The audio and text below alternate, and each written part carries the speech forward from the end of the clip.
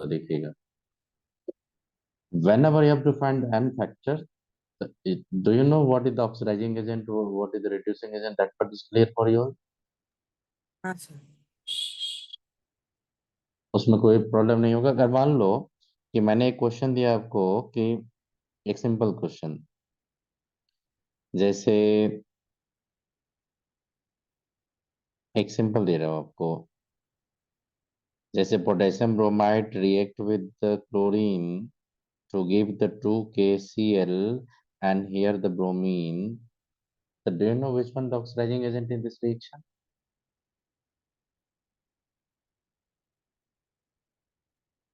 Sir Cl2। Cl2। देखिए, yes, Cl chlorine कहाँ से जा रहा है? जीरो से माइनस माइनस वन, राइट। अगर जीरो से माइनस वन जाएंगे, जिन्हें बताइए जीरो से जब बेटा माइनस वन जाएंगे तो क्या आ गया? नीचे आ रहा है वो। That show the rate. क्या करेगा? इलेक्ट्रॉन एक्सेप्ट करेगा, डोनेट करेगा? बताओ। एक्सेप्ट एक्सेप्ट करेगा, राइट। तो जब आप देखोगे यहाँ पे बेटा, यहाँ से जब जीरो से आपका माइनस की तरफ आ रहा है, ये तो इलेक्ट्रॉन क्या होगा? एक्सेप्ट करेगा। तो बेटा आप खुद से सोचो, electron acceptor is oxidising agent, reducing agent? Oxidising agent, right. Bromine, अब potassium stay in the plus one, potassium here plus one, अब ब्रोमीन जीरो। नाउ ब्रोमीन कहाँ से कहाँ जा रहा है बेटा? माइनस वन से जीरो। जीरो। तो डेफिनेटली माइनस वन से रिफ्लेक्शन देखिए, माइनस वन से बेटा जब जीरो की तरफ जाओगे, इसका मतलब ऊपर गया, हायर। ऑक्सीडेशन नंबर बेटा जब इंक्रीज करेगा, दैट शो द ऑक्सीडेशन या रिडक्शन? The oxidation. तो अगर बेटा ऑक्सीडेशन होगा तो लॉस ऑफ इलेक्ट्रॉन या gain of electron? Through the loss of electron या through the gain of electron? Loss of through loss of electron. तो through the loss of electron होगा तो इसका मतलब क्या होगा? इलेक्ट्रॉन डोनेट किया वो, तो इलेक्ट्रॉन जो डोनर हो तो उसको क्या बोलते हैं? रिड्यूसिंग एजेंट या oxidising agent? Reducing agents. That part is clear for you all, how to identify the reducing agent and oxidising agents. देखो, हाँ सर। ओके, आप बताओ, ये मैं एक क्वेश्चन देता हूँ आपको कि लेट कर लो कि यहाँ पे एन फैक्टर का मैंने कैलकुलेशन बताया था, तो उसमें मान लो कि आप यहाँ पे Cl2 को आपने कहाँ पे रिड्यूस करके रखा? Cl माइनस में। अब बेटा ये बता दो, as a oxidising agent chlorine Cl2 से Cl माइनस में रिड्यूस होगा। ध्यान से सुनना, बहुत अच्छा चीज बोल रहा हूँ। Cl2 Cl माइनस में जाएगा बेटा, तो ये बता दो कि किसका एन फैक्टर फाइंड करना है? क्लोराइड का फाइंड करना है कि Cl2 का फाइंड करना है? सर Cl2 का। Cl2 का फाइंड करना है। ये समझ में आई बात आपको? आप ये बताइए निर्मली, आप भी बताइए कि जब Cl2 को फाइंड करना है तो Cl2 का कितना मोल होना चाहिए आपका? Whenever you have to find the n factor, one mole. 1 mole. One mole. Now tell me, one molecule of the Cl2 contain how many number of chlorine atoms? 2। So we know that one mole, आप क्या करना है, इसके पीछे आप one लगा देना कि एक ही मोल को मेरे को फाइंड करना है। आप बताइए उसमें क्लोरीन कितना एटम है? दो। तो मेरा टारगेट ये होना चाहिए कि जिसका बेटा रिफ्लेक्शन, सुनना, जिसका बेटा आपको एन फैक्टर फाइंड करना है, उसको पहले आप बैलेंस कर लो। एन फैक्टर किसका फाइंड करना है? Cl2 का। हाँ सर। तो बेटा क्या करेंगे, क्लोरीन को दोनों तरफ बैलेंस कर लो। आई बात समझ में? हाँ सर। प्रत्युषा समझ में आ रही है बेटा? ये क्या बोल रहा हूँ कि जिसका भी एन फैक्टर फाइंड करना बेटा, उसको पहले आप बैलेंस कर लो।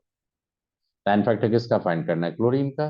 तो बेटा आपका क्लोरीन बैलेंस होना चाहिए, तो बेटा यहाँ पे बैलेंस तो नहीं है क्लोरीन। आप क्या करोगे? किधर मल्टीप्लाई करोगे बताओ? राइट या left? Right. Right side. Now you have the balance chlorine atom. Now अब बता दो, यहाँ पे एक क्लोरीन का जीरो होगा तो दो क्लोरीन का भी तो जीरो होगा, और यहाँ पे एक क्लोरीन का माइनस वन होगा तो दो क्लोरीन का कितना होगा? Minus one, minus two. बेटा ये जो काम कर रहे हो वो with respect to the one mole of Cl2 या with respect to two mole of Cl2? One mole of Cl2। तो सीधा एन फैक्टर फाइंड करेंगे, change in oxidation number. Change in oxidation number initial minus final करना या final minus initial करना, कोई फर्क नहीं पड़ता, मॉड लिए वैल्यू हमेशा आपका पॉजिटिव ही आएगा। तो बेटा क्या करेंगे यहाँ पे, -2 -0, बेटा बताओ क्या आ जाएगा ये, या मैंने जो बताया होगा आपको, मैंने बताया होगा आपको 0 से कहाँ जा रहे हैं हम लोग, -2 में, बताओ बेटा कितना आ जाएगा, 2 आ जाएगा। हाँ सर। अब बताइए यहाँ पे क्लोरीन का इनफैक्टर कितना बोलेंगे आप, 2। 2। अच्छा आप ये बता दो, इसी में मैंने ब्रोमाइड का देखा Br माइनस जा रहा है, यहाँ पे Br2, आप बताइए यहाँ पे किसका ऑक्सीडेशन, किसका फाइंड करना है इनफैक्टर, ब्रोमाइड का या ब्रोमीन का, ब्रोमाइड का। अब ये बता दो ब्रोमीन दोनों साइड देखो बैलेंस है या नहीं बैलेंस है, ये बताइए। नहीं है सर, लेफ्ट में। नहीं बैलेंस। तो बताइए लेफ्ट में कितना देना पड़ेगा, 2। हाँ सर। अब ये बता दो एन फैक्टर किसका फाइंड करना, ब्रोमाइड का या ब्रोमीन का, ब्रोमाइड का। यस। तो बेटा अब ये बता दो ब्रोमाइड का जब आपको एन फैक्टर फाइंड करना, तो ये बता दो ब्रोमाइड की एक मोल में कितना ब्रोमीन एटम है, 1। हाँ yes sir. Sir. Yes sir. इसका मतलब है कि यहाँ पे आप कितना मोल का ब्रोमाइड ले रहे हो, 2 मोल। Yes sir. सर। तो 2 मोल के जो चेंज करेंगे उसको 2 से डिवाइड करेंगे तभी तो पर मोल आएगा। Br2। Br2 नहीं नहीं, Br2 नहीं, आप यहाँ पे एन फैक्टर जो फाइंड करो बेटा, ये इसका नहीं फाइंड कर रहे हम लोग, इसका फाइंड कर रहे हैं। यहाँ पे देखो यार मैंने कितना रखा, 2 मोल दे रखा है यहाँ पे ऑलरेडी। हाँ सर। तो बेटा जो मोल जब लिए तो आपने जो कैलकुलेशन करोगे, जितना भी कैलकुलेशन करोगे, तो 2 मोल के रिस्पेक्ट में आ रहा है आपका। Br2। हाँ तो बाई 2 कर देंगे, आर्यन बताइए बाई 2 कर देंगे तो पर मोल आ जाएगा कि नहीं एन फैक्टर फिर। हाँ सर। तो बताइए 2 का अगर यहाँ पे -1 लेंगे तो -2 होगा, यहाँ पे 2 इंटू 0 कर देंगे। तो बताओ चेंज इन ऑक्सीडेशन नंबर मैं देखूंगा, change in oxidation number total मैंने देखा है यहाँ पे, तो मॉड ले लिया, यहाँ पे -2 से 0 जा रहे हैं, तो बेटा कितना हो जाएगा, 2। तो बताइए एन फैक्टर क्या होगा, 2/2 1। 1। तब बेटा अब ये बता दो मैंने कितना मोल के लिए फाइंड किया यहाँ पे ब्रोमाइड का, 1 मोल के लिए, 2 मोल के लिए। तो पहले मैंने कैलकुलेट किया 2 मोल के लिए, और फिर उसको 2 से डिवाइड करके 1 मोल के लिए। मतलब मेरा टारगेट ये है कि whenever you have to find the n factor, तो there should be the change in oxidation number per mole of oxidising agent, या change in oxidation number per mole of reducing agent. मैंने मतलब बेटा कि जब भी आपको find करना है एन फैक्टर, तो oxidising agent reducing agent must be there 1 mole. If you are going to find the n factor change in oxidation with respect to the 2 mole or 3 mole, so definitely after calculating the change in oxidation number, you have to divide with the 2 or 3 to get the change in oxidation number per mole. कुछ idea लगा। हाँ yes sir. Sir. चलो और एक question, एक दो question करवा देते, प्रैक्टिस ऐसे समझ में आ जाएगा। अब ये बेटा बता दो ब्रोमाइड का फैक्टर कितना हो गया, 1। Yes sir. क्लोरीन का फैक्टर कितना होगा, 2। अब बेटा यस। बता दो क्लोरीन और ब्रोमीन का फैक्टर रेशियो क्या होगा, 2:1। Yes sir. Yes sir. तो देखो मोल रेशियो उसका रिवर्स है कि नहीं, चेक करो तो मोल रेशियो रिवर्स है कि नहीं। Yes sir. यस। मैंने एक चीज बताया था आपको, लॉ में केमिकल इक्विवेलेंस जब बताए थे आपको नॉर्मल बैच में, तो बताया था ना कि किसी भी रिएक्शन बैलेंस रिएक्शन में n factor ratio molar ratio का रेसिप्रोकल होता है, बताए थे हाँ याद सर। कीजिए। तो देखो यहाँ पे कोफिशिएंट कितना है, 2, यहाँ पे कोफिशिएंट है 1, तो 2:1 अगर मोल रेशियो है तो एन फैक्टर रेशियो 1:2 आ रहा है कि नहीं, चेक कर लो। Yes sir. तो कुछ आइडिया लगा यहाँ पे। आप जो मैं बता रहा हूँ आप सुनना, आप जो फिर से बता रहा हूँ एक और बता रहा हूँ कि MnO2 जा रहा है आपका, ये तो थोड़ा कॉम्प्लिकेटेड हो जाएगा, इसको हटाओ। आप जो बता रहा हूँ देखना, FeC2O4 को अगर मैं कन्वर्ट कर दूंगा Fe3+ में 80O2 में, तो इसका इनफैक्ट मैंने बोला था कैलकुलेट करने के लिए आपको, याद कीजिए मैंने इसका कैलकुलेशन करने के लिए बोला था यस। आपको। हाँ सर। आप बताओ। Yes sir. तो देखो एक सिंपल ट्रिक बता दें आपको कैलकुलेट करने का, एक सिंपल ट्रिक बता दें आपको। हाँ हाँ सर। सर। आप कुछ नहीं करना है, एक चीज मैं बता रहा हूँ उसको गौर से सुनिएगा। हम लोग जो डिफाइन किए थे वो क्या बोले थे, change in oxidation number per मोल बोले थे, मतलब चेंज इन ऑक्सीडेशन नंबर एक मोल का। तो बेटा क्या करना, जब भी आपको एन फैक्टर फाइंड करना तो ऑक्सीडाइजिंग एजेंट रिड्यूसिंग एजेंट को एक ही रखना, एक ही मोल। ये समझ में आई बात, एक ही मोल। এটা বুঝেছিস रिफ्लेक्शन बोल बाबू, वन मोल। Yes, sir. এটা देखो, आप क्या करेंगे, इस कंपाउंड में जब जाएंगे तो यहाँ पे कंपाउंड आपका फेरस है ये, और ये -2 होगा तो कार्बन कितना +3। यहाँ पे देखो -2, कार्बन क्या होगा +4। अब बताओ बेटा, यहाँ पे कार्बन भी ऑक्सीडाइज हो रहा है, आयरन भी ऑक्सीडाइज हो रहा है। Yes, sir. अब यहाँ पे एन फैक्टर फाइंड करने जाएंगे तो अब क्या होगा सुनो, इसके 1 मोल के रिस्पेक्ट में रेफरेंस ले रहा हूँ, 1 मोल के रिस्पेक्ट में। तो बताओ, तो आयरन Fe2+ से आयरन कहा जा रहा है Fe3+ में।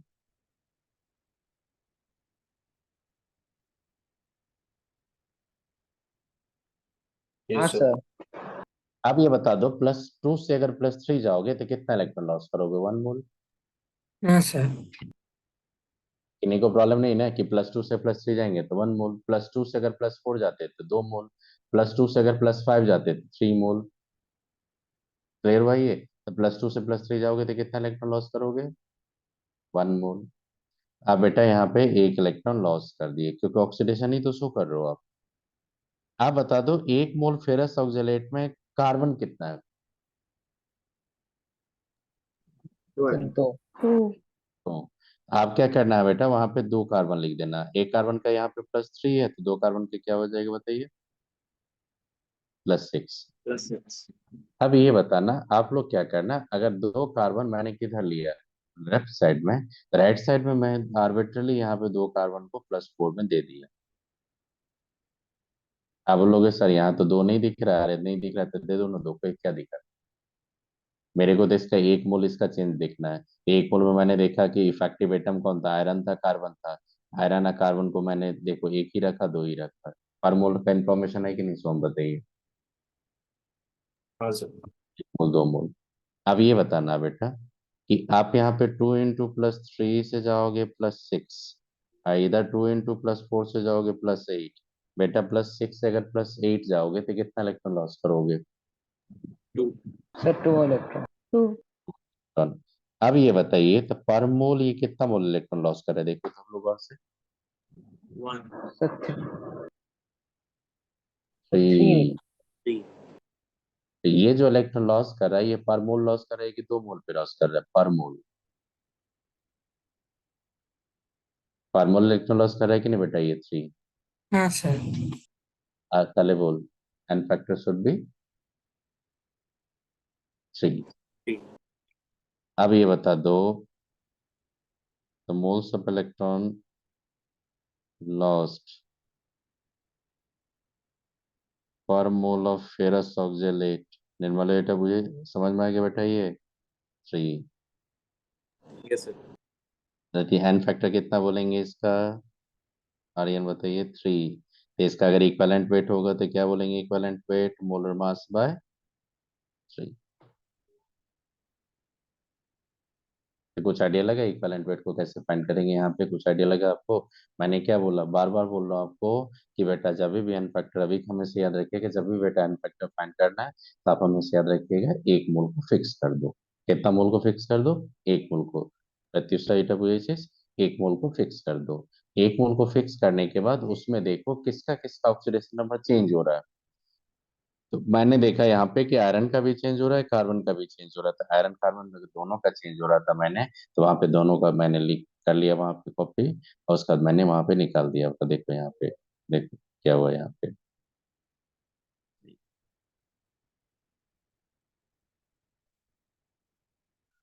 रुकिए मैं करवा रहा हूँ, सब करवा रहा हूँ, रुकिए। ये समझ में आ गया, तो फॉर्मूला लॉस कितना हो गया, m/3। तो ये समझ में आया, कोई प्रॉब्लम नहीं होगा यहाँ पे। नहीं Yes. सर। अब एक और बताओ, तो एक और एग्जाम्पल देता हूँ, उसका करके दिखाओ आप लोग, देखना। अगर मान लो कि मैंने सल्फाइड को अगर ऑक्सीडाइज किया मैंने सल्फेट में, एन फैक्टर बता दोगे कितना हो जाएगा।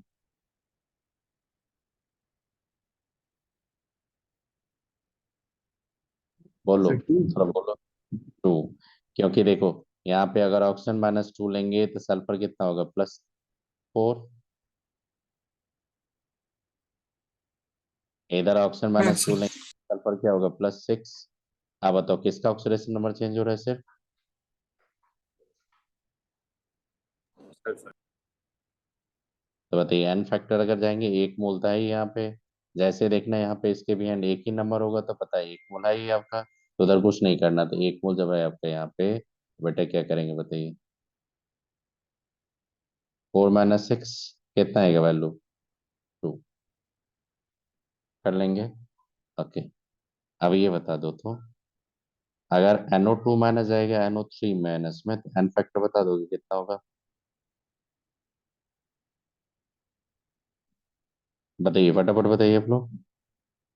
Sir, फिर बी से आर, दो. फिर कौन से सा 2 टर्म? होगा। 2 होगा भैया। अब बी आर, अगर बी आर माइनस में जाएगा तो बताइए तो क्या होगा? Sir, 6. अच्छा इसमें बताइए तो, अब सब में बताते जाइए। BrO3 माइनस को अगर मैंने इसको Br माइनस में तो बता दिए, और मैं एक बता रहा हूँ, इसको पहले बताइए। इसको ब्रोमेट बोलते हैं, इसका बताइए तो ब्रोमेट का क्या होगा? Sir, 6. सिर्फ 5 होगा। 6. अच्छा ये ब्रोमीन का कितना ऑक्सीडेशन स्टेट आएगा ये बता दो, +5। हाँ +5 से कहाँ जा रहा है -1? तो एन फैक्टर जब जाएंगे पर मोल तो मॉड लेंगे, कहाँ से जाएंगे, 1 माइनस -1, हाँ सर। कितना आ जाएगा, 6 आ जाएगा कि नहीं? अरे बेटा वैसे सोचो ना, +5 से -6 जाओगे तो +5 से 0 होने में 5 मोल इलेक्ट्रॉन लॉस किया। और फिर से अब 0 से फिर एक -1 के जाओगे तो एक 6 मोल इलेक्ट्रॉन लॉस हो जाएगा ना टोटल, ये आपका गेन हो जाएगा ना टोटल आपका, 5 से 0 तो 5 मोल, और फिर 0 से एक नीचे से तरफ तो -1 की तरफ, तो वहां भी एक, तो टोटल तो आपका 6 मोल इलेक्ट्रॉन गेन होगा। आई बात समझे? हाँ सर। अच्छा इसका बताइए तो, FOSO3 लिए, इसको अगर हम लोग कन्वर्ट कर दिए Fe3+ में, और इसको कन्वर्ट कर दिए हम लोग सल्फेट में, इसका बता दोगे आप लोग?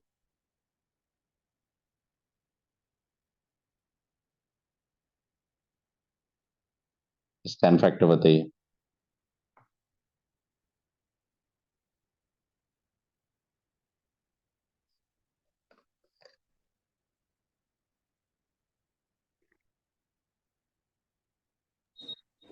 Sir, आयरन क्या है? 3 आ रहा है. अच्छा आयरन हाँ सर, बताइए क्या 3 है? आ रहा है. हाँ सर आयरन 3 क्या आ है? रहा है। आयरन क्या है यहाँ पे? आयरन प्लस फेरस या ferric? Sir ferrous. Ferrous. Ferrous. Ferrous. और SO3 sulphite, SO3 sulphite, right? After splitting this compound into the Fe2 plus or SO3 2 minus, then definitely you will get the +2 state, a -2 2 +4. Here the -2 2 +6. बताओ तो बेटा यहाँ पे इसका 1 मोल के respect में find करेंगे तो कौन कौन ऑक्सीडाइज हो रहा है?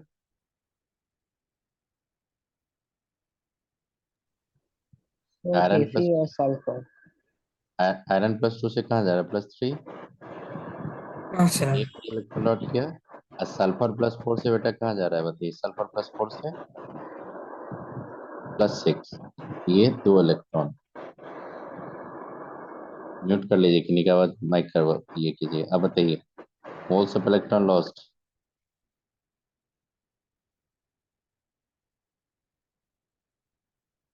पर मोल ऑफ फेरस सल्फाइड कितना होगा बताइए आप?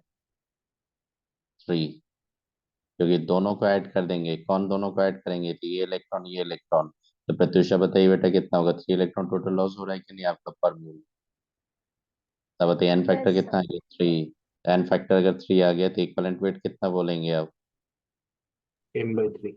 हम्म। 3।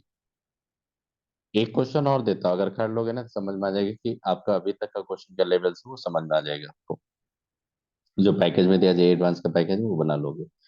अब देखो जो मैं बता रहा हूँ आपको, FeNO2 ट्वाइस, ये जा रहा है आपका Fe3 प्लस में और NO3 माइनस में। अगर इसका इनफैक्टर आप बता दोगे तो समझ जाएंगे कॉन्सेप्ट आपका क्लियर है।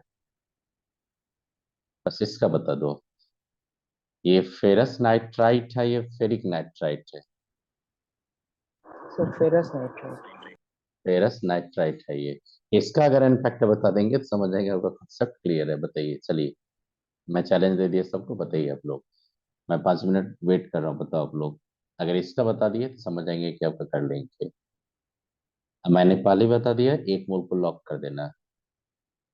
और एक मोल लॉक करने के बाद जितना इफेक्टिव एटम होगा सबको रिस्पेक्ट देखेंगे।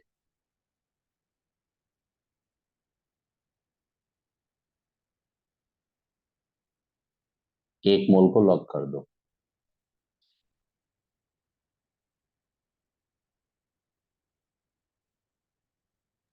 सर इसका भी 3 आएगा क्या?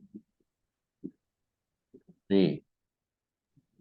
सर वही तो हाँ सर, मेरा भी 3 आ रहा है। सर 2। हाँ सर 3 आएगा। नहीं, फिर से चेक कीजिए, फिर से सर चेक 2। कीजिए। सर पास 2 गया, आएगा। 5 आएगा, चेक करो। फंस गए आप लोग।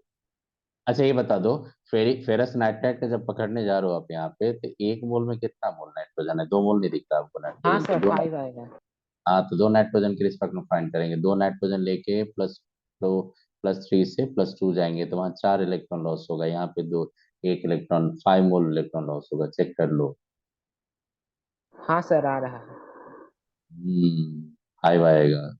तो मैंने क्या बोला, कितना मोल को लॉक करने के लिए? 1 मोल।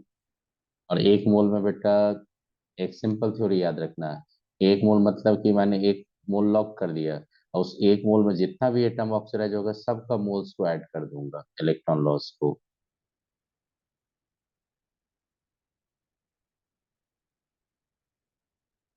सॉम कितना आ रहा है आपका? 5 आ रहा है या 3?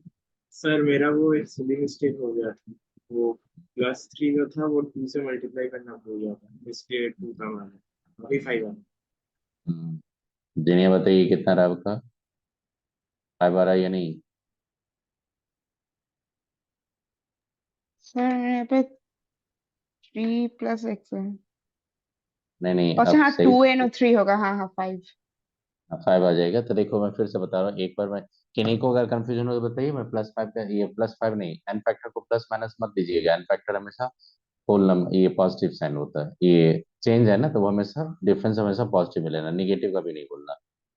इसीलिए मैंने मॉड रखा। मॉड का मतलब ही आपका क्या करोगे, इनिशियल माइनस फाइनल करो या फाइनल माइनस, तो doesn't matter, value will be same. तो देखो तो यहाँ पे क्या हो जाएगा, सबका 5 आ रहा है। ये किसी का प्रॉब्लम होगा तो बोल देना बेटा। नहीं सर, 5 आ रहा है। अच्छा सर एक रोटेशन बार दिखा देंगे कैसे आ रहा है? देखा, बता रहे हैं, देखिए। आप थोड़ा गौर से सुनना, ये लास्ट क्वेश्चन है इस पार्ट का, उसके बाद मैं आगे का चल रहा हूँ यहाँ पे। देखो सबसे पहले इसके पीछे 1 लिख दो, तो कितना मोल लिया? 1 मोल ले लिया मैंने। हाँ 1 मोल में देखो, आयरन +2 से कहा जा रहा है, +3। तो कितना इलेक्ट्रॉन लॉस होगा? 1। एक का। एक। फिर और ये जो नाइट्राइट देख रहे हो, NO2 माइनस जो है बेटा, इसमें नाइट्रोजन +3 में है ना। नाइट्रोजन +3 प्लस से जाएगा, ये नाइट्रोजन कितना जाएगा बताओ? +3, 3 प्लस से कहाँ जाएगा नाइट्रोजन? 5 प्लस। प्लस। 2 नाइट्रोजन है तो 2 लेंगे, 2 + 3 का करेंगे तो कितना हो जाएगा? +6। और 2 × +5 करेंगे तो कितना हो जाएगा? 10। तो कितना का डिफरेंस आ रहा है? 4 का आ रहा है कि नहीं? Okay sir. देखो इसका 1 मोल पकड़ो, इस 1 मोल में कितना आयरन है? 2। 1। नहीं नहीं, इसके 1 मोल में कितना मोल आयरन है? 1। One more. देखो मैंने आयरन को 1 ही रखा। और इसके 1 मोल में नाइट्रोजन कितना है? 2। तो मैंने 2 रखा। और ऑक्सीजन का तो चेंज नहीं हो रहा है, ये तो ट्रू है।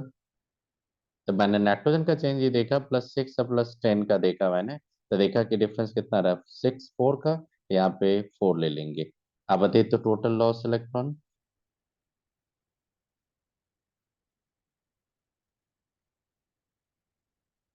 लॉस्ट कितना हो जाएगा 5। एन फैक्टर आप बोलोगे यहाँ पे 5, बैलेंस फैक्टर जिसको बोलते हैं हम लोग वो निकल के आएगा 5। समझ में आए और करवाऊँ क्वेश्चन, ये समझ में आ गया? अब तो कोई प्रॉब्लम नहीं होगा, पकड़ लोगे ना कम से कम एन फैक्टर। हाँ sir. Yes sir.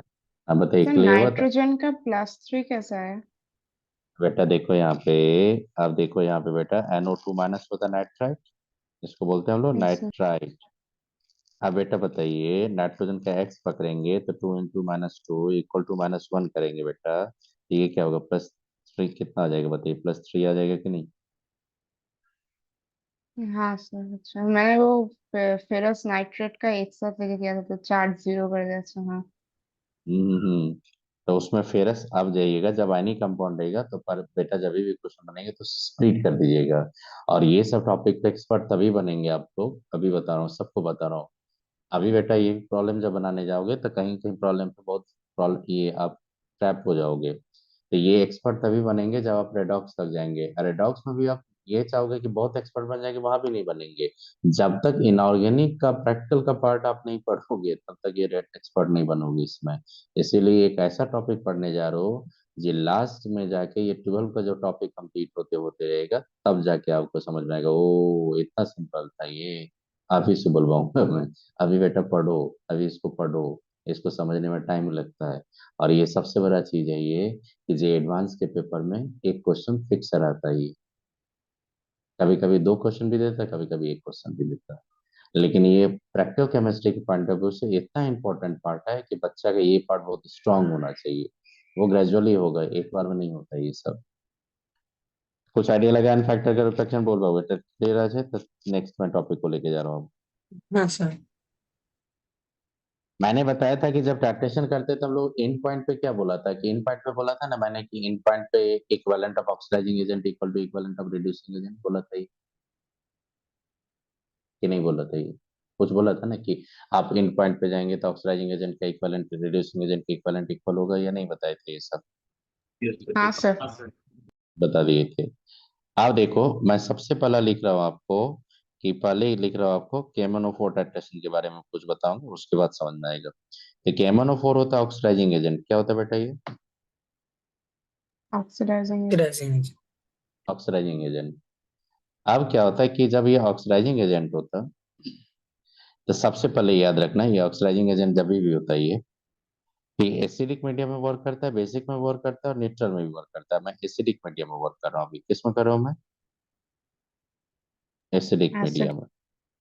Acidic medium में, एसिडिक मीडियम में जब जाएंगे तो ये MnO4 माइनस जो होता है ये पर मैग्नेट ये चेंज होता है किसमें? Mn2 प्लस में। मेरे को बैलेंस नहीं करना, बैलेंस करने का कोई जरूरत नहीं है यहाँ पे। आप बताओ मैग्नीज कहाँ से कहाँ जा रहा है, ये रिफ्लेक्शन बताइए, +7 से कहाँ जा रहा है +2, ये तो दिख रहा है आपको? ये हाँ बात हो सर। गई। ओके तो आप बताओ तो सीधा इसका इम्पैक्ट बताओ आप लोग, ओरली कितना 5 होगा? 5। तो इसका मतलब होगा कि KMnO4 का जब भी इक्विवेलेंट वेट फाइंड करने जाएंगे हम लोग एसिडिक मीडियम में तो उसका मोलर मास भाई क्या हो जाएगा 5। इसका मोलर मास हो तो 158/5 करेंगे तो कितना होगा 31.6 आ जाएगा कि नहीं?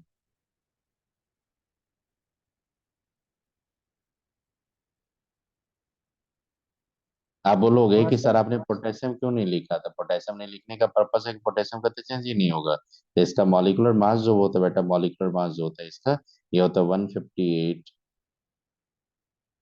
बताइए मॉलिक्यूलर मास अगर 158 आ जाएगा तो उसका 158 बाई क्या करेंगे 6 करेंगे 5 करेंगे तो 31.6 आ जाएगा कि नहीं वैल्यू? Yes sir. आपको अगर बोलेगा KMnO4 का इक्विवेलेंट मास तो क्या बोलोगे 31.6 इन द एसिडिक मीडियम? हाँ आप सर बता आपने दो। एक बार क्या बोला, पोटेशियम का क्यों नहीं लिया इसमें? पोटेशियम का कुछ चेंज ही नहीं हो रहा है, पोटेशियम जैसे रहता है K+4 माइनस में रहेगा तो K+ के फॉर्म में रहेगा वो राइट साइड में, तो अच्छा उसका एन अच्छा फैक्टर ओके सर। चेंज होगा, सिर्फ मैग्नीज का चेंज हो जाएगा, इसीलिए मैग्नीज का ही मैंने लिया सिर्फ। Okay sir. अब बता दो पोटेशियम पर मैग्नेट का जब हम लोग एन फैक्टर फाइंड करेंगे तो एक मोल में कितना मैग्नीज है, 1 ही है ना बेटा? Yes sir. तो देखो हाँ मैंने सर। देख लिया +2 से कहाँ जा रहा है, +7 से +2 तो एन फैक्टर सीधा मैंने 5 कर लिया। अब देखो क्या हो जाएगा, अब जब ये ऑक्सीडाइजिंग एजेंट होगा तो किसी किसी को ऑक्सीडाइज तो करेगा, खुद क्या होगा रिड्यूस होगा। तो बेटा देखो यहाँ पे ये क्या हो रहा है कि +7 से +2 रिड्यूस ही तो हो रहा वो। यस अब Yes, रिड्यूस होंगे तो आप इलेक्ट्रॉन एक्सेप्टर होंगे कि डोनर होंगे, तो आप इलेक्ट्रॉन एक्सेप्टर है। Yes sir.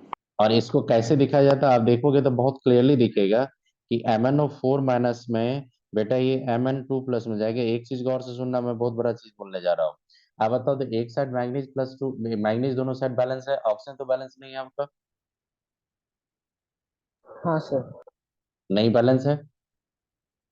हम्म।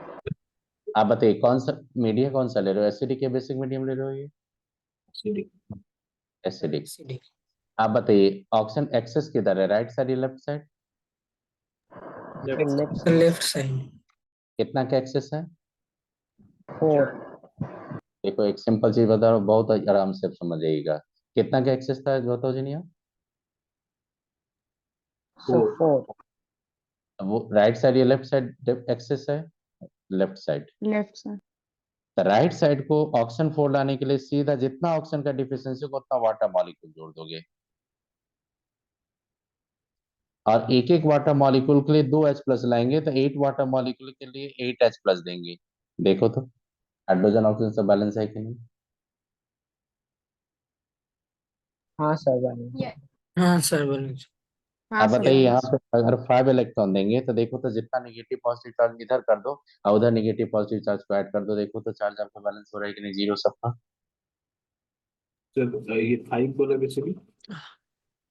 5 कैसे आएगा बता रहा हूँ आपको, देखिएगा देखिएगा, इसको सुनिएगा आराम से, समझ में आएगा। देखिए अब ये बता दो, इधर -1 है, हाँ सर। इधर 8+1 होगा तो कितना होगा, -1 +8 इंटू +1 होगा तो चार्ज कितना होगा, +7। यस और सर। इधर चार्ज कितना है, +2। Yes sir. अब +7 को +2 लाना है तो उसके लिए 5 इलेक्ट्रॉन दोगे तभी ना +2 में आएगा वो, तो उसको बोलते हैं चार्ज बैलेंस। अब नहीं चार्ज बैलेंस समझ में आएगा तो देखो ये +7 से कहा जा रहा है +2, तो +7 से +2 कैसे जाओगे, by accepting the 5 moles of electron या by donating 5 moles of electron.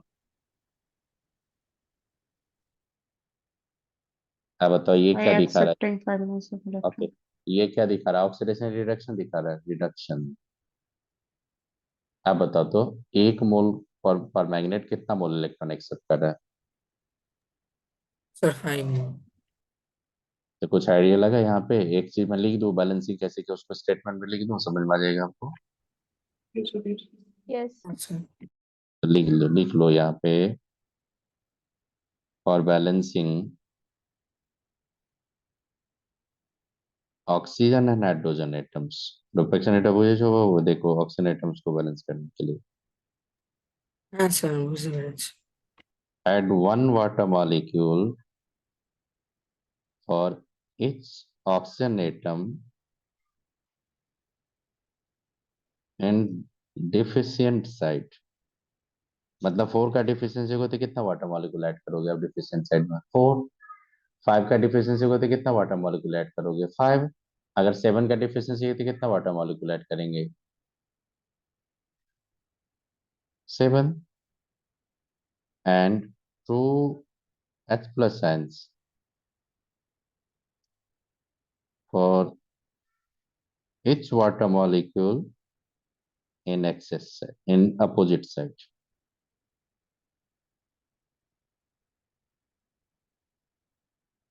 तो फिर से सुनो मैं क्या बोल रहा हूँ, आप ऐड करो 1 water molecule for the each oxygen deficiency in the deficient site। Deficient side में आप एक एक ऑक्सीजन के लिए एक एक वाटर मॉलिक्यूल दोगे, और रिवर्स साइड में आप 2H+ आयन लाओ एक वाटर मॉलिक्यूल के लिए अपोजिट साइड। तो देखो मैंने क्या किया, फिर से मैं हटा रहा हूँ आपको, देखो देखो फिर से मैं इसको हटा के दिखा रहा हूँ। बेटा बता दो इसमें कितना का ऑक्सीजन का डिफरेंस है, 4। तो बताइए। तो राइट साइड में आप 4 वाटर मॉलिक्यूल दे दो क्योंकि उधर ऑक्सीजन डिफिशियंट था, तो रिवर्स में क्या करेंगे, एक वाटर मॉलिक्यूल 2H+ लाएंगे तो 4 के लिए कितना लेंगे, 8H+। आप चार्ज बैलेंस करेंगे तो वो चार्ज बैलेंस करने के लिए सबसे बेस्ट टेक्निक होता है कि +7 से +2 जा रहे हो तो 5 मोल इलेक्ट्रॉन गेन करते जाओगे, तो यहाँ पे ब्लाइंडली आप 5 मोल इलेक्ट्रॉन दे दो, देखो बैलेंस हो गया कि नहीं रिएक्शन। Yes sir. हाँ सर बैलेंस हो गया। लेकिन को प्रॉब्लम नहीं हुआ यहाँ पे इस पार्ट में। सर एक बार एक्सप्लेन करते हैं कौन सा पार्ट? सर, रिएक्टेंट साइड में। रिएक्टेंट साइड में, अच्छा ठीक है, एक चीज और बता रहा हूँ, देखिए देखिए फिर से बता रहा हूँ, कौन चार्ज बैलेंस का ये पार्ट बेटा, ये हाँ सर। अच्छा ठीक है। आप मेरे को ये बता दो, अगर किसी को बोल रहे हो +7 से आप +2 में जाने के लिए, तो आपने क्या बोला, वो क्या करेगा, इलेक्ट्रॉन लेके जाएगा कि इलेक्ट्रॉन रिलीज करेगा? लेके जाओ। तो बता दो +7 से +2 में जाने के लिए कितना इलेक्ट्रॉन लेना पड़ेगा उसको? 5। 5। रिएक्शन में दिखाओगे ना कि कैसे वो 5 मोल इलेक्ट्रॉन गेन कर रहा है, वो दिखाना पड़ेगा ना आपको। Yes sir. इसलिए मैंने यहाँ पे सीधा 5 इलेक्ट्रॉन दे दिए।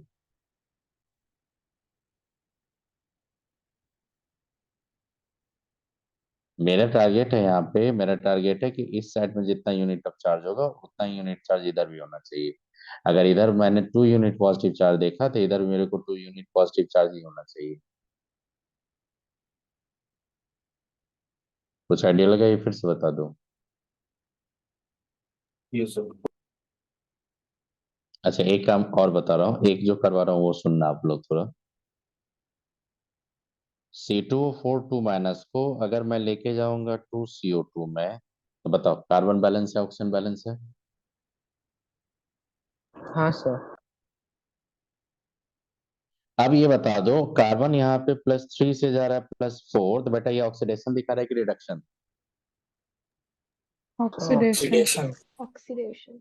बेटा लॉस ऑफ इलेक्ट्रॉन दिखाओगे कि नहीं, आप बताइए। हाँ सर। अब मान लो एक काम करो, अब अभी आप 11-12 में आ गए, तो 11 में आप हो, तो आप चेंज इन ऑक्सीडेशन के थ्रू आपने पकड़ लिया कि लॉस ऑफ इलेक्ट्रॉन होगा। एक मान लो 9-10 के बच्चे को बोलो देखो ये ऑक्सीडेशन है, तो बोला उल्लू क्यों बना रहे हो, इलेक्ट्रॉन तो कहीं दिख नहीं रहा था, ऑक्सीडेशन कैसे बोलेंगे? बोलेगा कि नहीं आपको, बोलेगा उल्लू क्यों बना रहे हो दादा, इटा तो उल्लू, इटा इलेक्ट्रॉन तो नहीं, क्या ना बोलबो इटा ऑक्सीडेशन। वो आप बोलोगे नहीं देख वहां पे +4 बोला कि ना इटा नहीं, तुम क्या कहता बोल भी ना इटा, इटा ऑक्सीडेशन नहीं बोलेगा वो, जिद करेगा आपको इलेक्ट्रॉन दिखाओ, तो आप बोलना कि एक काम कर सुन, यहाँ पे देखो ये क्या -2 है, तो बोलेंगे कि ये 2 इलेक्ट्रॉन दिए देना, चार्ज बैलेंस हो गया, ऐसे देख इलेक्ट्रॉन लॉस दिखा रहा है कि नहीं? Yes sir. बेटा क्या होता है कि जब loss of electron gain of electron का बात कर रहे हैं, जब सिर्फ ऑक्सीडेशन ही लिखोगे, जब सिर्फ रिडक्शन ही लिखोगे, जब सिर्फ ऑक्सीडेशन लिखोगे, तो लॉस ऑफ इलेक्ट्रॉन दिखाना पड़ेगा आपको। और जब सिर्फ रिडक्शन लिखोगे तो वहां पे गेन ऑफ इलेक्ट्रॉन दिखाना पड़ेगा। और जब ऑक्सीडेशन रिडक्शन दोनों साथ में लिखोगे, तो वहां पे loss of electron gain of electron equal होगा, तो नेट इलेक्ट्रॉन कैंसिल होगा, तो वहां पे इलेक्ट्रॉन दिखेगा। तो आज तक देखो किसी रेडॉक्स रिएक्शन में कहीं देखो कहीं पे इलेक्ट्रॉन दिखता है आपको? नहीं। लेकिन रियल में जब उसको स्प्लिट कर दोगे ऑक्सीडेशन रिडक्शन में, तो इलेक्ट्रॉन आपको दिखेगा। यही बात समझ में क्या बोलना चाह रहा हूँ आपको?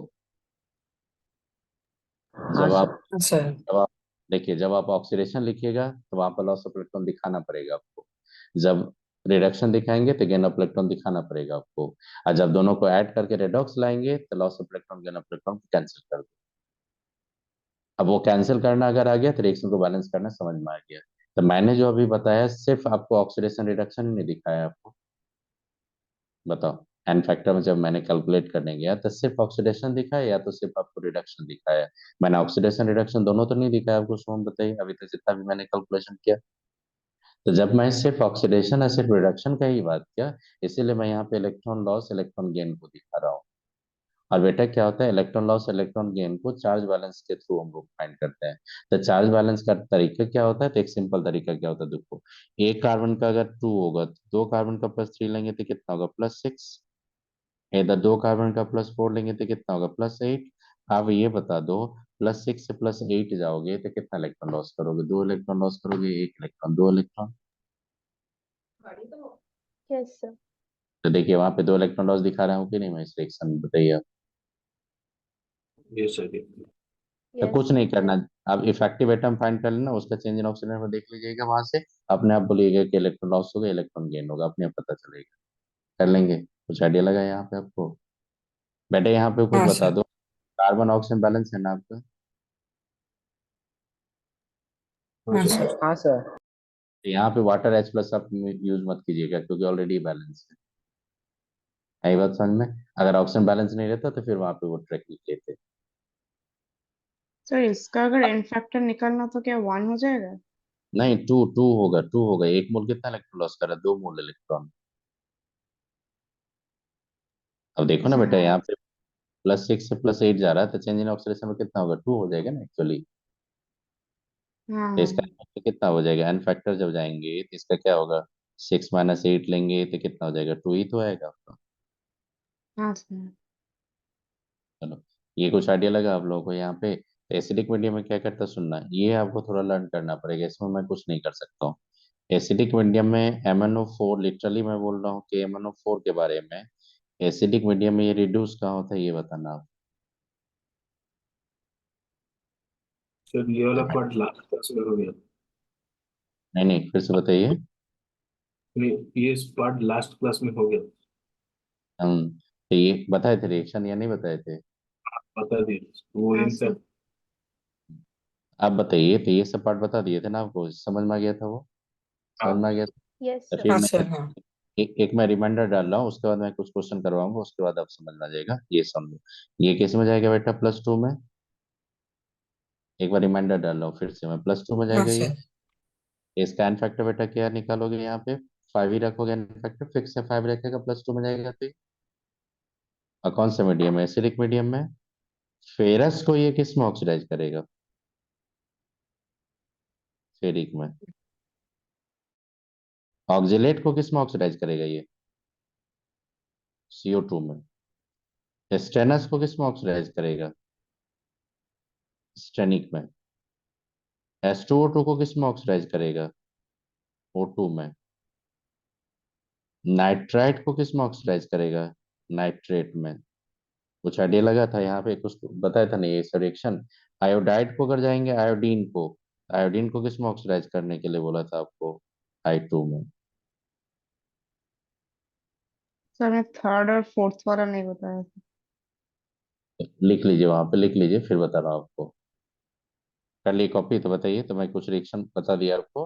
अब मैं जा रहा हूँ टाइट्रेशन पे। कर ली कॉपी है? ये सर टाइटेशन का भी पार्ट हो गया था पूरा। वो ये वो। हाँ, तो वही बता रहा हूँ आपको, ये समझ में आ गया ना? KMnO4 का समझ में आ गया आपको? ये सर। हम्म, और सुनो,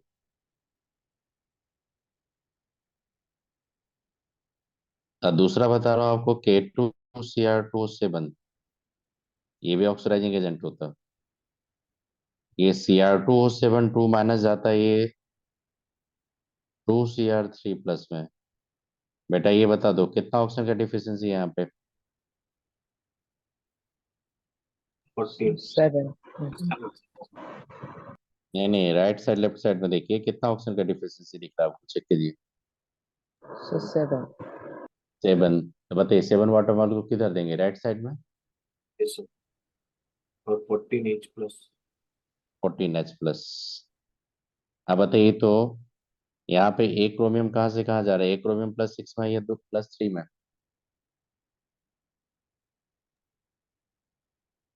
+6 से +3। +6, दो क्रोमियम कितना आ जाएगा बताइए? 12। 12। यहाँ पे दो क्रोमियम कितना आ जाएगा बेटा?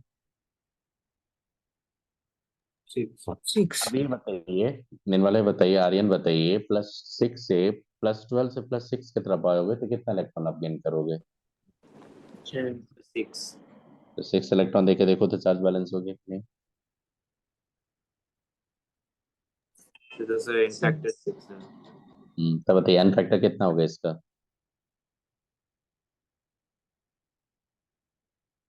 एन फैक्टर कितना बोलेंगे आप इसका? 6। 6। इक्विवेलेंट वेट का, इक्विवेलेंट वेट क्या बोलेंगे इसका बताइए? M/6। इसका M by 2 6. m/294 होता है तो 6 कर लेंगे। ये किसका बताया मैंने, डाइक्रोमेट का बताया कि नहीं? इसको बोलते हैं हम लोग पोटेशियम डाइक्रोमेट। क्या बोलते हैं इसको बताइए? Potassium dichromate. अगर आपसे पूछेगा पोटेशियम डाइक्रोमेट का फैक्टर तो कितना बोलोगे आप? सिक्स। सर ये वाला वो रूल से भी तो कर सकते थे, 14 - 12 इक्वल्स टू 14 - 12 और इधर 6, मतलब 12 और 6। तो 6 आ जाएगा कि नहीं बताइए? ये सर। ऐसे करके आपको मान लीजिए चेंज इन ऑक्सीडेशन नंबर से भी इलेक्ट्रॉन अगर एक साइड ऐड कर देंगे तो अपने आप चार्ज बैलेंस हो जाएगा, किसी भी साइड कीजिएगा तो। कर लेंगे। अब ये बताओ बेटा, K2Cr27 किसके तरह वर्क कर रहा है, ऑक्सीडाइजिंग एजेंट की तरह या रिड्यूसिंग एजेंट की तरह? ऑक्सीडाइजिंग। यस। तो ये भी क्या होगा, Cr2O7 2 माइनस, जब ऑक्सीडाइजिंग एजेंट की तरह वर्क करता है ये, तो इसका हमेशा रिड्यूस फॉर्म क्या होगा आपका बताओ? Cr3 plus. तो इसका रिड्यूस फॉर्म हमेशा Cr3 प्लस होगा, 2 मत दो, वो बैलेंस करने पे आ जाएगा। अगर कोई बोलेगा एन फैक्टर बताओ तो कितना बोलोगे आप? ये सब थोड़ा याद रख ले, इतना प्रैक्टिस करो ना, याद ही हो जाता है ये सब एन फैक्टर, इतना इजी है सिलेबस आपका। मतलब प्रैक्टिकल में जाओगे, मैं बता रहा हूँ प्रिपरेशन आपको बता रहा हूँ, जेई एडवांस के लिए प्रिपरेशन करो आप लोग। जब प्रैक्टिकल केमिस्ट्री पढ़ाएंगे तो ये सब इतना सिंपल सिंपल ये कंपाउंड है, इतना बार प्रैक्टिकल स्कूल के एग्जाम में करोगे, यहाँ भी आपको करवाऊंगा कि याद ही हो जाएगा एन फैक्टर। मतलब कि आपको बता रहा हूँ स्वयं, एन फैक्टर लर्न करने कैलकुलेट करने का कोई जरूरत ही नहीं होता, इतना बार ये सब कंपाउंड आप देखोगे। और जब जेई एडवांस में कहीं क्वेश्चन भी पूछता है तो यही सब कंपाउंड लेके क्वेश्चन पूछता है, क्योंकि प्रैक्टिकल केमिस्ट्री में ही सब कंपाउंड है। इसके बियॉन्ड कुछ देगा नहीं है आपको, मतलब देख के बता दो एन फैक्टर कितना होगा। कर लेंगे। देखो ये क्या हो जाएगा, ये भी फेरस को कन्वर्ट कर देता है फेरिक में, तो बताओ KMnO4 भी यही काम करता था ना। ये भी SN2 प्लस को ऑक्सीडाइज कर देगा SN2 प्लस में, ये 4 प्लस में। अगर ऑक्जेलेट लेंगे तो ऑक्सीडाइज, ऑक्सीलेट को किस में ऑक्सीडाइज कर देगा ये? CO2 में। अगर आप H2O2 का थोड़ा रिएक्शन नहीं देखना, आयोडाइड दोगे तो इसको हमेशा ऑक्सीडाइज करता है I2 में, I2 में। अगर H2S देखेंगे तो इसको हमेशा ऑक्सीडाइज कर देता है सल्फर में। अगर सल्फाइड देखेंगे SO3 2 माइनस, तो उसको ऑक्सीडाइज कर देता है हमेशा सल्फेट में। कुछ आइडिया लगा है यहाँ पे? बताओ, ये भी वही काम कर रहे हैं ना जो KMnO4 करता था, लेकिन बेटा कुछ तो डिफरेंस होगा दोनों में। तो बताओ इसका एन फैक्टर कितना होता है? 6, और उसका एन फैक्टर कितना था? 5। KMnO4 K2Cr27 से पावरफुल ऑक्सीडाइजिंग एजेंट होता है। और KMnO4 टेट्रेशन में KMnO4 सेल्फ इंडिकेटर होता है, और K2Cr27 के टेट्रेशन में K2Cr27 सेल्फ इंडिकेटर नहीं होता। वहां पे इंडिकेटर आपको डाइफेनाइलएमिन यूज करना पड़ेगा। ये सब पढ़ेंगे रेडॉक्स में। बेटा जब आपको रेडॉक्स में टाइट्रेशन करवाएगा आपका स्कूल में, तो देखना ब्यूरेट से आपको KMnO4 दिलवाएगा, और सैंपल मिलेगा आपको ऑक्जेलिक एसिड। और देखना ब्यूरेट जब ऑक्जेलिक एसिड KMnO4 में देंगे, KMnO4 का कलर होता है पर्पल कलर, वो पर्पल कलर आपका ग्रेजुअली डिस्चार्ज हो जाएगा। फिर आप दोगे, फिर डिस्चार्ज हो जाएगा, फिर दोगे, फिर डिस्चार्ज हो जाएगा। अल्टीमेटली देखना कि कलर नहीं डिस्चार्ज हो रहा था, मतलब एंड पॉइंट आ गया आपका। आई बात समझो, हम ये सब आप प्रैक्टिकल में करोगे, रेडॉक्स में जाके जब तक आएंगे तब तक मैं फिर से एक बार बताऊंगा। तो ये कुछ आइडिया लगा आपको कहाँ पे कौन जा रहा है? यस। हाँ सर। हाँ सर। अब कुछ क्वेश्चन करवाए आपको? अब इस पे यस। थोड़ा क्वेश्चन करवाएंगे, उसके बाद ही कुछ टॉपिक को आगे प्रोसीड करेंगे। तो देखो एक सर चीज बता रहा हूँ आपको, हम बताइए। सर, रिडॉक्स रिएक्शन किस चैप्टर, मतलब कौन सा चैप्टर में है? ये एनसीईआरटी में जब जाइएगा तो एनसीईआरटी का जो आपका फर्स्ट ये होगा, फर्स्ट वॉल्यूम जो होगा, तो फर्स्ट वॉल्यूम में आपका दिया होगा वो, आई थिंक जो चेंज हुआ एनसीईआरटी में, तो उसमें मैंने देखा रेडॉक्स दिया आपका फर्स्ट, ये सेकंड पार्ट में दिया है, सेकंड पार्ट का फर्स्ट टॉपिक है ये, सेकंड वॉल्यूम का। ऑर्गेनिक केमिस्ट्री का? नहीं नहीं, ऑर्गेनिक केमिस्ट्री नहीं होगा, ऑर्गेनिक केमिस्ट्री में आपका इनऑर्गेनिक भी कुछ पार्ट होगा, हटा दिया वहाँ पे कम्प्लीटली। तो उसमें फर्स्ट चैप्टर जब जाओगे सेकंड वॉल्यूम में तो रेडॉक्स ही मिलेगा। यस। और क्वेश्चन मैं यहाँ पे दे रहा हूँ, आपका जेई का जो पैकेज है उसमें बहुत सारा क्वेश्चन भरा हुआ है, सो में आपने देखा बहुत सारा क्वेश्चन भरा हुआ था कि नहीं? तो बहुत सारा क्वेश्चन आपको मिलेगा यहाँ पे। तो वो कुछ क्वेश्चन मैं करवा रहा हूँ, कुछ टॉपिक और एक एक ट्रैक्टेशन का और मैं ला रहा हूँ। ये रिएक्शन आपके दिमाग में आना चाहिए, तभी आप क्वेश्चन कर पाओगे, नहीं तो नहीं कर पाओगे। तो मैं एक और बता देता हूँ ट्रैक्टेशन, उसके बाद मैं आगे चलूंगा। ठीक, देखो।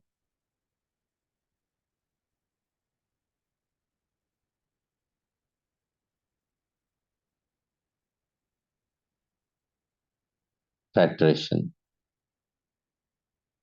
इसमें देखना आइडोमेट्रिक टाइट्रेशन में क्या होता है कि स्टैंडर्ड सोल्यूशन जो होता है, स्टैंडर्ड सोल्यूशन, ये सब लिख लो, बार बार लिखते लिखते प्रैक्टिस हो जाएगा। स्टैंडर्ड सोल्यूशन होता है हाइपो सोल्यूशन। हाइपो सोल्यूशन होता है ये सोडियम थायोसल्फेट का सोल्यूशन, 5s2। इसको बोलते हैं सोडियम थायोसल्फेट।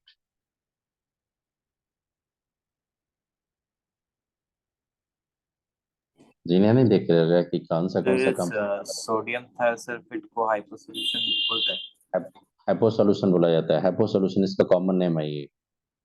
अब ये बताइए, जैसे ये सब कंपाउंड देख रहे होंगे तो बोलोगे अरे ये कौन सा कंपाउंड सब आ गया, दिमाग खराब आपको। लेकिन बेटा याद रखिएगा, ये सब मैं दे रहा हूँ आपको, धीरे धीरे इसमें अडेप्टेशन आएगा, उसका देखना कि हैबिचुअल हो जाओगे, क्योंकि सोडियम थायोसल्फाइड है ये। क्या है ये? Sodium thiosulphate.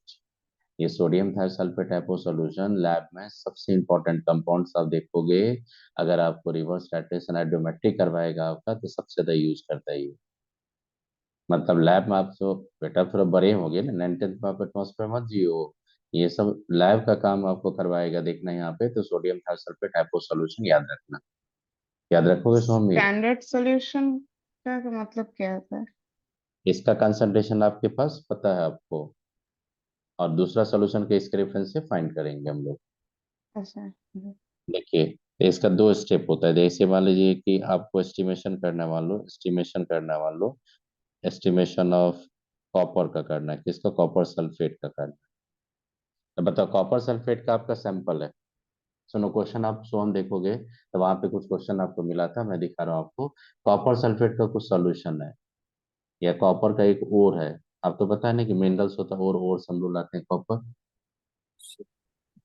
तो एक कॉपर सल्फेट का एक सैंपल है। उस कॉपर सल्फेट में what is the exact percentage of copper sulphate, वो आपको फाइंड करना है। तो उसको फाइंड करने के लिए हम लोग आइडोमेट्रिक का हेल्प लेंगे। किसका हेल्प लेंगे? आइडोमेट्रिक का।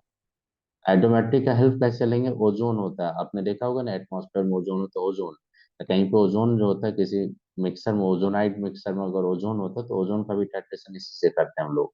एस्टिमेशन। एस्टिमेशन का मतलब होता है कि कहीं मिक्सर में मेरे को पता है कि यहाँ पे कॉपर सल्फेट है, लेकिन कॉपर सल्फेट कितना मास परसेंटेज है वो फाइंड करने के लिए हम लोग एस्टिमेशन लेते हैं। एस्टिमेशन का कैलकुलेशन, अमाउंट फाइंड करना। तो ये देखो, कॉपर सल्फेट हुआ तो दो स्टेप में इसका रिएक्शन होता है। ये सब थोड़ा लर्न करना पड़ेगा रूपरेक्शन। देखिए, कॉपर सल्फेट को मैं रिएक्शन करवाऊंगा एक्सेस ऑफ पोटेशियम आयोडाइड से। ये एक्सेस होना चाहिए। तो एक्सेस ऑफ पोटेशियम आयोडाइड से जैसे करूंगा, तो ये देखो Cu2 I2 का प्रेसिपिटेशन होता है। फिर आपका ये K2SO4 आएगा, अब प्लस यहाँ पे आयोडीन लिबरेट होगा।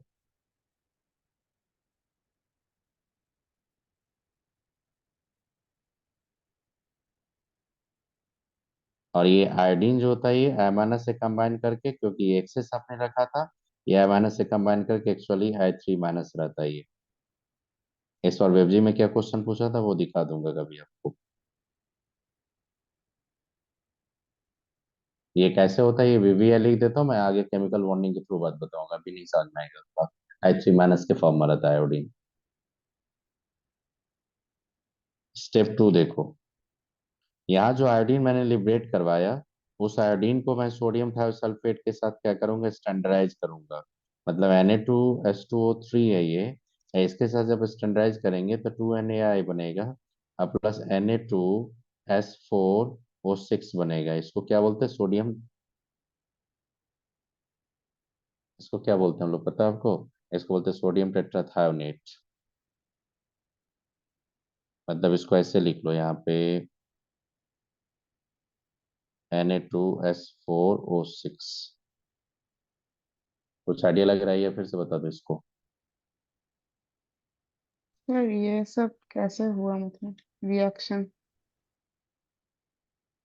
ये सब बेटा लर्न करना पड़ेगा, और कुछ नहीं करवा पाएंगे अभी। ये सब आपको थोड़ा दिमाग में रखना पड़ेगा आपको, सुनिए बता रहा हूँ। ये होता है क्या, ये सब लैब का चीज है, ये जब प्रैक्टिस करेंगे तब दिमाग में सेट हो जाता है। सुनिए क्या होता है। कॉपर सल्फेट का कोई ओर था, उसमें कॉपर था। मेरे को क्या करना है? एस्टिमेशन करना है। मैंने क्या किया, उस ओर को पोटेशियम हाइड्राइड एक्सेस से मैंने ट्रीट किया। तो वहां पे किप्रस आयोडाइड को प्रेसिपिटेट करवा के आयोडीन लिबरेट करवा लिए। यहाँ से आयोडीन मेरे को आ गया। आप बेटा बता दो, ये एक्सेस लेंगे तो ये आयोडीन किसके रिस्पेक्ट में लिबरेट होगा, कॉपर सल्फेट के लिबरेट में या पोटेशियम हाइड्रेट? आपको तो पता है ये लिमिटिंग रीजन कॉपर सल्फेट होगा। तो आप बताइए कॉपर सल्फेट का जितना अमाउंट होगा उसी के रिस्पेक्ट में आपका किसका मोल्स आएगा, आयोडीन का आएगा कि नहीं, सोम बताओ। अब ये आयोडीन का जो यहाँ पे अमाउंट आएगा उसको मैं देखो क्या करना है, अमाउंट कैलकुलेट करना है, तो मैंने एक स्टैंडर्ड सोल्यूशन हाइपो का लेके ट्रीट कर दिया उसको। अब यहाँ पे स्टैंडर्ड सोल्यूशन हाइपो से मान लो इसका 2 मोल मैं लूंगा, तो इसका 1 मोल लेना पड़ेगा। इसका अगर 1 मोल यहाँ पे बनाओगे तो फिर यहाँ पे इसका 2 मोल होना चाहिए। तो इसका मतलब मेरे को सैंपल में 2 मोल कॉपर सल्फेट मिला। अब वहां से मैं कॉपर सल्फेट का अमाउंट फाइंड कर लूंगी। आई बात समझ में? স্যার একবার রিপিট করবেন? कौनटा पार्ट? স্যার এক্ষুনি যেটা বললেন। देखिए फिर से बता रहे हैं। देखिए सबसे पहले फिर से बता रहा हूँ, देखो iodometric titration, iodometric titration, iodometric titration से जनरली हम लोग जो यूज करते हैं, हम लोग used for estimation of, mainly जो प्रैक्टिकल केमिस्ट्री में करते हैं हम लोग, estimation of copper sulphate, ozone and H2O2। Maximum question जो देखता है आपका IIT JEE का, ये इसी तीनों कंपाउंड पे इसका काम करवाता है, ओजोन पे, H2O2 पे, कॉपर सल्फेट पे, और किसी पे नहीं। लिखा? यहाँ से मैं एक बार करवा देता हूँ, बता देता हूँ क्या होता है ये। सर एक सेकंड।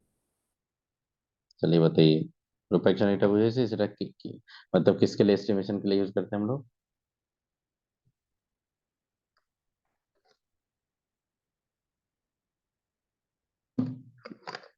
बेटा बता दो किसका एस्टिमेशन के लिए यूज कर रहे हैं, समझ में आया आपको? Yes sir. Yes sir. Okay, अब देखिए क्या होता है कि जब लैब में जाओगे ये सब करने, तो जब आइडोमेट्रिक टाइट्रेशन करता है, तो आइडोमेट्रिक टाइट्रेशन जब करते हैं हम लोग, तो किसी का जब एस्टिमेशन करेंगे तो उसको एक रेजेंट से हम लोग, एक सुटेबल रेजेंट से उसको ट्रीट करते हैं हम लोग, तभी तो एस्टिमेशन कर पाएंगे। आप बताओ यस सर। आप क्या करेंगे? जब ये आपका आइडोमेट्रिक टाइट्रेशन होता है तो वहां पे होता है क्या, सुनिए। मेरे को एस्टिमेशन करना कॉपर सल्फेट। अब मान लो इसका X ग्राम का सैंपल है, कितना ग्राम का सैंपल है ये? X ग्राम का। अब उसमें कितना कॉपर सल्फेट है ये मेरे को फाइंड करना है। तो मैं क्या करूंगा, आइडोमेट्रिक टाइट्रेशन में कॉपर सल्फेट को पहले ट्रीट कर दूंगा एक्सेस ऑफ पोटेशियम आयोडाइड से। मेरा यहाँ पे टारगेट है कुछ आयोडीन को लिबरेट करवाना, और आयोडीन जो आएगा वहां पे वो किसके रेफरेंस में आएगा, कॉपर सल्फेट के रेफरेंस में आएगा कि पोटेशियम हाइड्रेट के रेफरेंस में आएगा, कॉपर सल्फेट, क्योंकि ऑलरेडी पोटेशियम हाइड्रेट आपने क्या लिखा है, एक्सेस। तो लिमिटिंग एजेंट आपका कौन है, कॉपर सल्फेट। तो कॉपर सल्फेट आपको इंश्योर करेगा what should be the moles of iodine. समझ में आई बात सर ये आपको? रिएक्शन पोटेशियम आयोडाइड के बजाय कोई और कुछ से कंपाउंड से नहीं कर सकते थे? नहीं, आइडोमेट्रिक टाइट्रेशन है ना, क्या कौन सा कंपाउंड आइडोमेट्रिक टाइट्रेशन लिए, तो यहाँ पे ये रिएजेंट आपका फिक्स रहेगा, फिक्स रहेगा, ये हमेशा फिक्स रहेगा, ये फिक्स रहेगा आपका, फिक्स रहेगा, फिक्स रहेगा, ये भी फिक्स रहेगा, और ये भी फिक्स रहेगा आपका। मतलब ये जो रिएक्शन देख रहे हो ना बेटा, ये सिर्फ चेंज करेगा और ये सब हमेशा फिक्स रहता है इस टाइट्रेशन में। ओके। आप बता दो यहाँ पे किसका एस्टिमेशन करें, कॉपर सल्फेट का, तो यहाँ पे कॉपर सल्फेट दे दिया। अगर यहीं पे ओजोन का काम करना है तो O3 दे दूंगा। यहीं पे H2O2 का एस्टिमेशन करना है तो H2O2 देंगे, मतलब, और रिमेनिंग पार्ट आपका सब फिक्स होगा। आप बता दो कॉपर सल्फेट का एस्टिमेशन करेंगे तो एक्सेस पोटेशियम आयोडाइड से मैंने ट्रीट किया। आप बताओ यहाँ जो आयोडीन लिबरेट होगा वो किसके रेफरेंस में आएगा, कॉपर सल्फेट से या पोटेशियम आयोडाइड के रिस्पेक्ट में? Copper sulphate. क्योंकि कॉपर सल्फेट क्या लिमिटिंग एजेंट्स, यस। और एक्सेस क्या लिए, पोटेशियम आयोडाइड, इसलिए आयोडीन लिबरेट हो गया। अब बताओ बेटा यहाँ पे आयोडीन जो लिबरेट हुआ, अब उसको मैं एस्टिमेट करूंगा, उसका अमाउंट फाइंड करूंगा, तो उसके लिए मैंने एक स्टैंडर्ड सॉल्यूशन लिया। कौन स्टैंडर्ड सॉल्यूशन लिया, हाइपो सॉल्यूशन। अब मैं जो आयोडीन होगा उसको मैं आयोडीन के साथ ट्रीट करके यहाँ पे ये कंपाउंड बना लिए। वो कंपाउंड अब छोड़ो क्या होगा, आप सबसे पहले ये बता दो, अगर 2 मोल सोडियम थायोसल्फेट का सॉल्यूशन लेंगे तो 1 मोल आयोडीन लेना पड़ेगा कि नहीं आपको, ये बताइए। Yes sir. और बेटा 1 मोल अगर आयोडीन आपको लेना पड़ेगा तो 1 मोल आयोडीन यहाँ पे बनना चाहिए, Yes, sir. और 1 मोल आयोडीन बनने के लिए आपको कॉपर सल्फेट 2 मोल लेना पड़ेगा। Yes, sir. आप बता दो इसके मोल से मैंने इसका मोल फाइंड कर लिया कि नहीं? Yes, sir. आप बताओ इसके मोल से अगर इसका मोल्स मैंने फाइंड कर लिया तो इसका अमाउंट भी तो फाइंड कर लूंगा इसके मोलर मास से मल्टीप्लाई करके।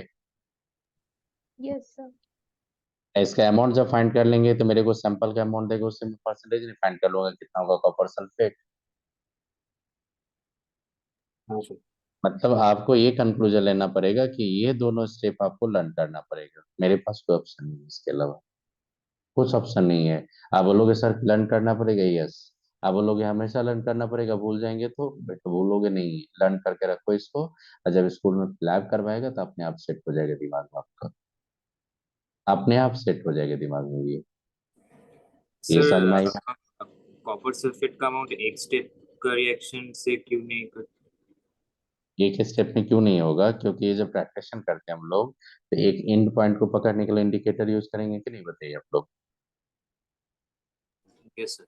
हाँ सर। और ये जो आयोडीन होता है ये आयोडाइड के साथ कंबाइन करके, क्योंकि एक्सेस रखे हैं ना हम लोग, तो इसका I माइनस इसका कॉम्बिनेशन करके I3 माइनस बना के वाटर सॉल्युबल होता है। तो बताओ कंपाउंड अगर वाटर सॉल्युबल होगा तो कभी कर पाएंगे उसका एस्टिमेट का अमाउंट फाइंड कर पाएंगे हम लोग?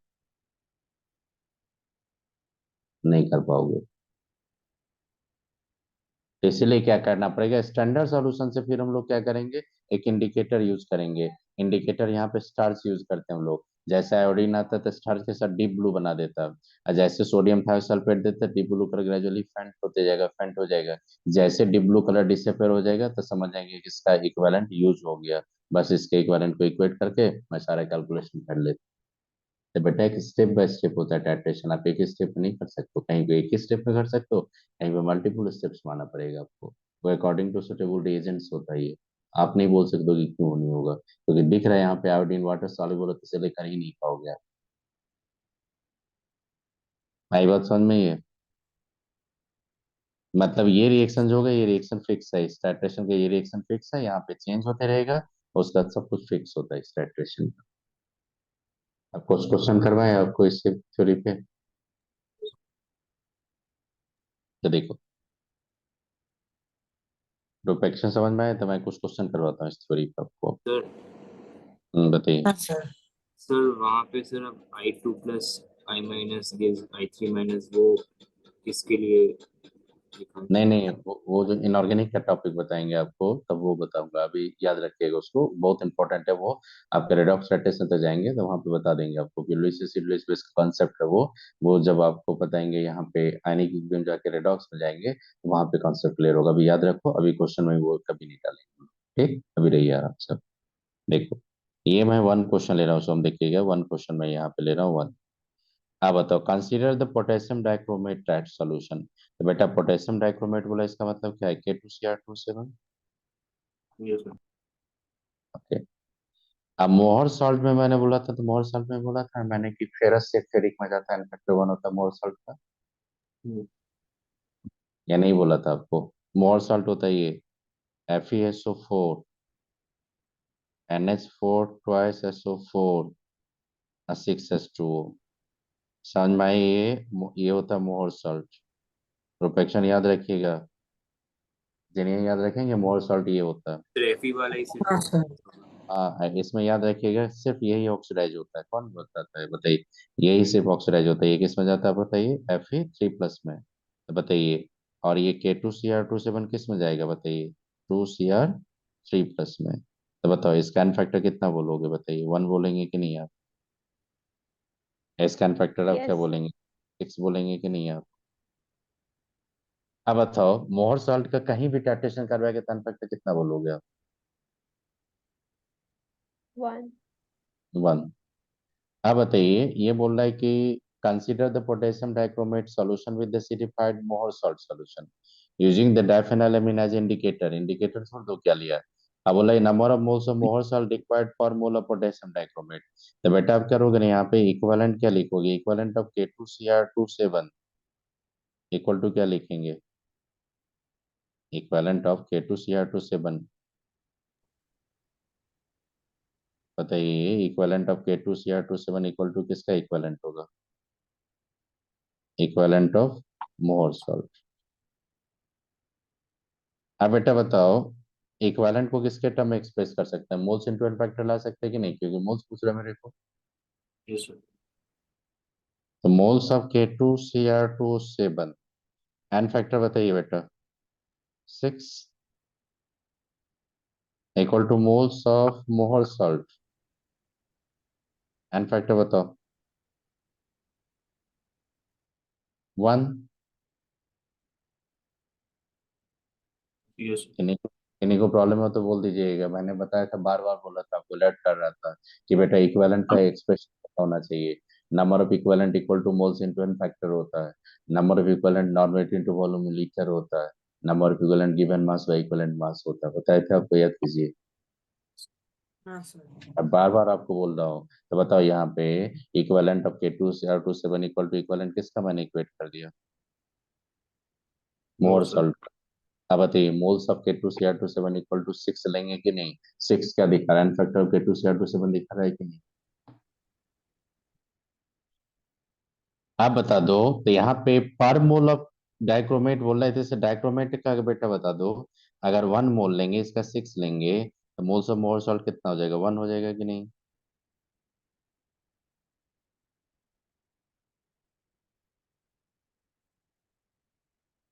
बताओ 1 मोल पोटेशियम डाइक्रोमेट के साथ कितना मोल मोर सॉल्ट का कंज्यूम होगा?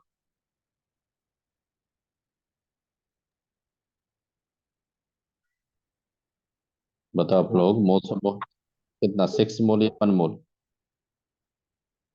6। 6। आई बात समझ में कुछ आइडिया लगा यहाँ पे?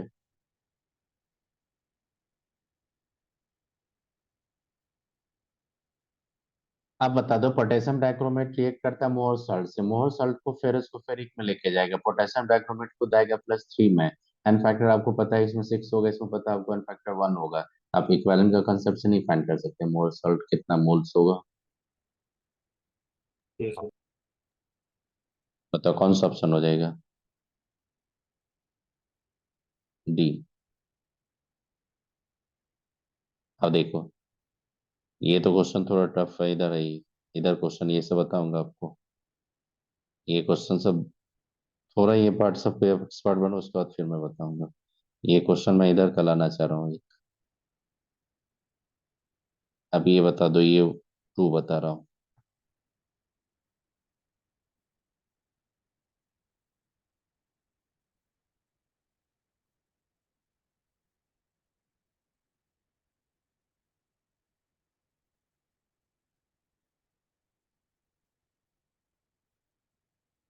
बताओ सेलेनियम ऑक्साइड, सेलेनियम कौन से स्टेट में, +4 या +2 में? +4 +4। Plus- इन भी इक्वेट कर देना पड़ेगा। अच्छा इन ये भी बताइए, नहीं नहीं ये 2 बता रहा हूँ, 2 बता रहा हूँ। क्रोमियम कौन सा स्टेट में बताइए तो? सर +2 +2।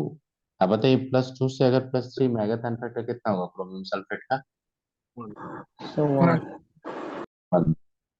तो बेटा इस क्वेश्चन को अगर मैं करने जाऊंगा, इस क्वेश्चन को अगर बेटा देखो यहाँ पे मैं इसको थोड़ा साइड करके लाता हूँ इसको। अगर इस क्वेश्चन को मैं करूंगा तो इसमें मेरा ये तो पता चला कि एन फैक्टर क्या होगा इसका। एन फैक्टर देख के यहीं पे बता देता हूँ आपको। एन फैक्टर का बता देता हूँ आपको, देखना। देखो तो यहाँ पे एक चीज बता रहा हूँ आपको। क्रोमियम यहाँ पे +2 से जा रहा है, क्रोमियम +3। एन फैक्टर बताओ। 1। सर 1। 1। और सेलेनियम ऑक्सीडाइज होगा कि रिड्यूस हो रही है? रिड्यूस। नो बेटा, +2 से +3 जाएंगे तो ऑक्सीडाइज हो रहा है, ये इलेक्ट्रॉन लॉस कर रहा है, देखो आप। नहीं सर, मैं सेलेनियम ऑक्साइड के बारे में। हाँ सेलेनियम ऑक्साइड +4 से कहाँ जाएगा बताइए? सेलेनियम कहीं पे जा रहा है ये। अब मान लीजिए उसका एक्स में आ गया। अब बताओ ये रिड्यूस हो रहा है कि ऑक्सीडाइज हो रहा है? रिड्यूस हो गई है। तो इसका एन फैक्टर जो होगा वो क्या हो जाएगा? 4 - x होगा कि नहीं? Yes, sir. क्यों 4 - x होगा? क्योंकि मेरे को पता तो नहीं कौन सा स्टेट में जा रहा है, वही तो पूछ रहा आपसे। तो बेटा ये तो पता है कि रिडक्शन होगा, तो हायर तो +4 होगा, और किसी लोअर में जाएगा तो उसका x लेंगे, तो 4 - x n फैक्टर होगा कि नहीं? Yes, sir. अब क्या करेंगे, इक्विवेलेंस पॉइंट पे जाएंगे तो क्या करेंगे, equivalence of CrSO4 equal to क्या हो जाएगा, इक्विवेलेंट ऑफ किसका, सेलेनियम ऑक्साइड। बेटा इक्विवेलेंट को एक्सप्रेशन करने के लिए क्या लेते थे, नॉर्मलिटी इनटू वॉल्यूम में लीटर या normality into volume in ml? Sir, liter. Volume in litre. 7 liter. Litre. Okay, अब ये बता दो, दोनों साइड अगर वॉल्यूम ml लेंगे तो लीटर में कन्वर्ट करने की जरूरत पड़ेगा? नो। नहीं सर. अब ये बता दो, मोलर कंसंट्रेशन को जब नॉर्मल में लाते थे उसको किससे मल्टीप्लाई करते थे, n फैक्टर से। हाँ सर. यस तो यहाँ पे सेलेनियम ऑक्साइड का मोलर कंसंट्रेशन थे 0.05, तो उसको नॉर्मल में कन्वर्ट करेंगे तो किससे मल्टीप्लाई करेंगे, 4 - x से मल्टीप्लाई करेंगे। Yes sir. हाँ सर. और 0.1 मोलर अगर क्रोमियम सल्फेट है तो उसका n फैक्टर 1 है, तो उसका 0.1 मोलर 0.1 नॉर्मल के इक्वल हो जाएगा कि नहीं? हाँ सर. समझाई मैं क्या बोल रहा हूँ, नॉर्मल कंसंट्रेट मोलर को नॉर्मल में लेके जाना पड़ेगा आपको, लॉ ऑफ केमिकल इक्विवेलेंस में, इक्विवेलेंट का एक्सप्रेशन में। तो मैं यहाँ पे लिख सकता हूँ यहाँ पे कि आपको अगर मैं बोलूंगा, निर्मल आई बात समझ में, यहाँ पे क्या बोल रहा हूँ, यहाँ पे मैं बोल रहा हूँ आपको कि आप ये कर दो कि 0.1 इंटू क्या करोगे, 25 इक्वल टू मैं बोलूंगा यहाँ पे आप 0.05 इंटू क्या करेंगे, 4 - x इंटू क्या लेंगे आप, 12.5। यहाँ से वैल्यू एक्स्ट्रा नहीं फाइंड कर लेंगे बेटा, वैल्यू दिख नहीं रहा है, यहाँ पे 2 हो जाएगा तो ये क्या होगा, 0 पॉइंट, ये 2 कर देंगे तो ये 0.2, नहीं नहीं ये जो देख रहा हूँ यहाँ पे 2 कैंसिल हो जाएगा उधर, तो 0.2 आ जाएगा। इधर आपका जैसे मल्टीप्लाई करेंगे 0.2 आ जाएगा, तो 0.3, देखो तो 3 के करीब आ रहा है कि नहीं आपका, देखिए कितना रहा आपका, 0 पॉइंट, ये 3 0.66 के करीब आएगा, ये किसके करीब जा रहा है, देखो तो यहाँ पे एक्स का वैल्यू फाइंड करना आपको, कितना रहा बताइए आप लोग खुद से।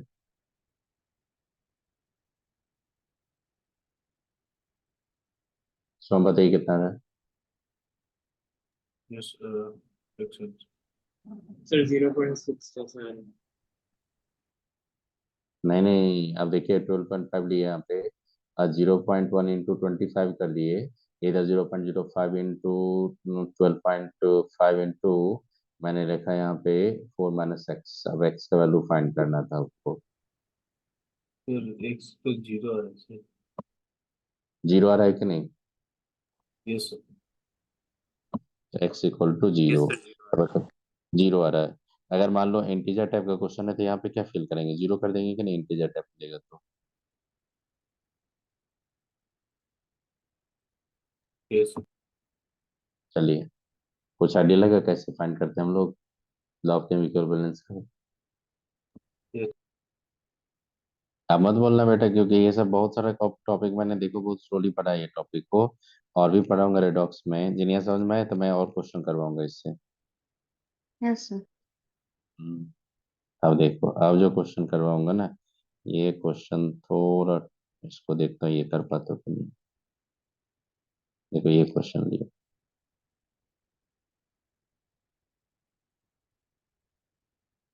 ये क्वेश्चन कौन सा टॉपिक से बताइए तो, आइडोमेटिक टाइट्रेशन का पार्ट से है कि नहीं, देखो। Yes sir. अब बताओ, बोल रहे कि 0.76 gram of impure sample of copper ore is dissolve and copper, देखो डिजॉल्व कर दिया आपने, उसमें कॉपर 2+ को आपने टाइट्रेट किया पोटेशियम आयोडाइड से तो क्या लिबरेट हो रहा है, आयोडीन। आयोडीन जो लिबरेट होगा उसको required the 40 ml of 0.1 molar sodium thiosulphate solution for titration, what is the percentage of impurities in the ore is, ये पूछ रहा आपसे। तो बताओ आइडोमेटिक का जो क्वेश्चन दिए थे, देखो तो दो रिएक्शन का हिंट दे रहा है कि नहीं आपको, आर्यन बताइए, दो रिएक्शन का हिंट दे रहा है कि नहीं आपको, कि कॉपर 2+ को पहले के ऐसे करा दो, और फिर आयोडीन लिबरेट करो, और फिर उसको हाइपो सोल्यूशन पे ले जाओ, दो स्टेप ले रहा है कि नहीं आपको। रिफ्लेक्शन ये समझ में आया बेटा, 2 स्टेप में हमेशा करवाएगा ये क्वेश्चन आपको, हाइड्रोमेट्रिक का हमेशा 2 स्टेप में लेगा आपको।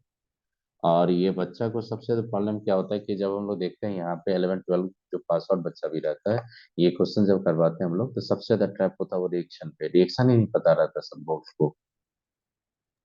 सर इसको वो 40/1000 इंटू 0.1 इंटू इन फैक्टर करके नंबर ऑफ इक्विवेलेंट्स निकाल लेंगे, उसके बाद वेट वेट निकाल नहीं के नहीं नहीं, देखिए देखिए देखिए, स्टेप स्टेप वाले लिखिए।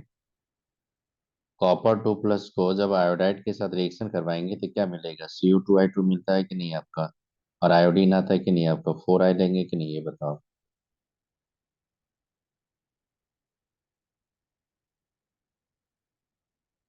ये समझ में आया, मैंने पोटेशियम आयोडाइड में सिर्फ आयोडाइड को लिखा। स्टेप 2 लूंगा।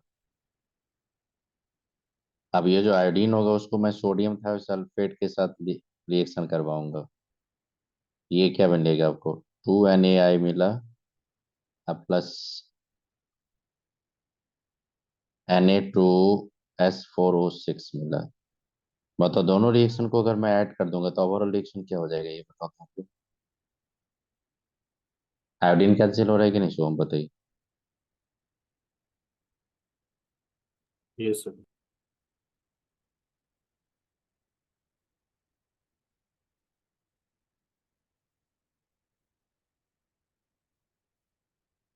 S2O3 Cu2I2 plus NaI plus Na2S4O6। बेटा बताओ इसका मोल्स अगर दिया रहेगा तो इसका मोल नहीं फाइंड करेंगे रेशियो से। सर ये नहीं फाइंड, आयोडीन का जो रिएक्शन करके वो Na2S4O6 आया, वो सर कैसे पता चलेगा Na2S4O6 होगा?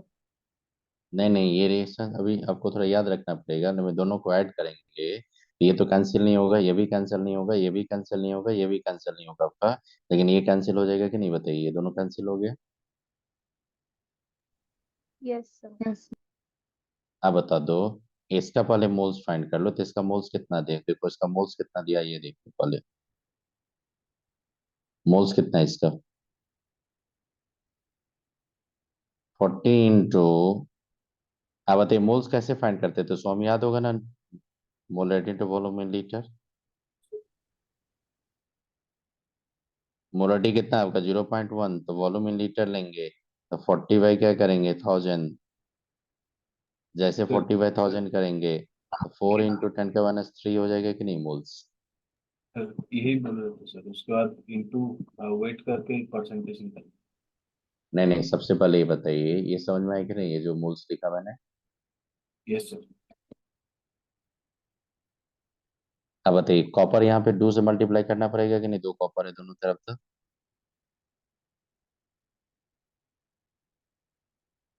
बताओ। यहाँ पे अरेन बताइए, यहाँ पे कॉपर 2 है तो ये भी कॉपर 2 रखने के लिए दोनों से मल्टीप्लाई कराने के लिए करेगा कि नहीं आपको। हाँ सर। अब ये बताइए, अगर ये 2 मोल इसका लेंगे तो इसका भी 2 मोल लेना पड़ेगा कि हाँ सर। नहीं? बताओ तो मोल्स ऑफ किसका हो जाएगा, मोल्स ऑफ कॉपर कितना आ जाएगा, 4 × 10 4 -3, अमाउंट ऑफ कॉपर कितना हो जाएगा, इन ओर में जाएंगे, ओर में कॉपर, इन ओर में जाएंगे तो इसका एटॉमिक मास से मल्टीप्लाई करेंगे तो नहीं हो जाएगा, सो हम बताइए एटॉमिक मास होता है इसका 63.5, इतना यस ग्राम आ जाएगा कि नहीं ओर में। अब तो इतना ग्राम अगर और में आ जाएगा तो फिर परसेंटेज नहीं फाइंड कर लेंगे कितना ग्राम होगा परसेंटेज,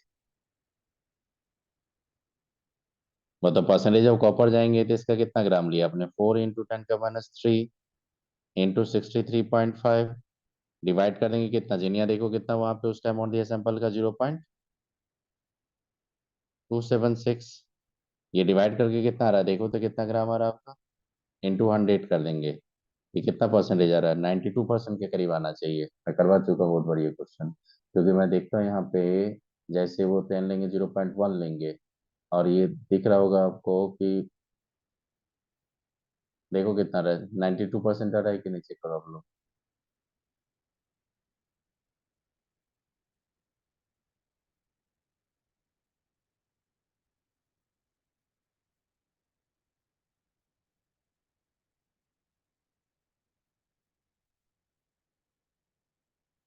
सो हम बताइए 92% आ रही है तो मैं फिर आगे चलूंगा।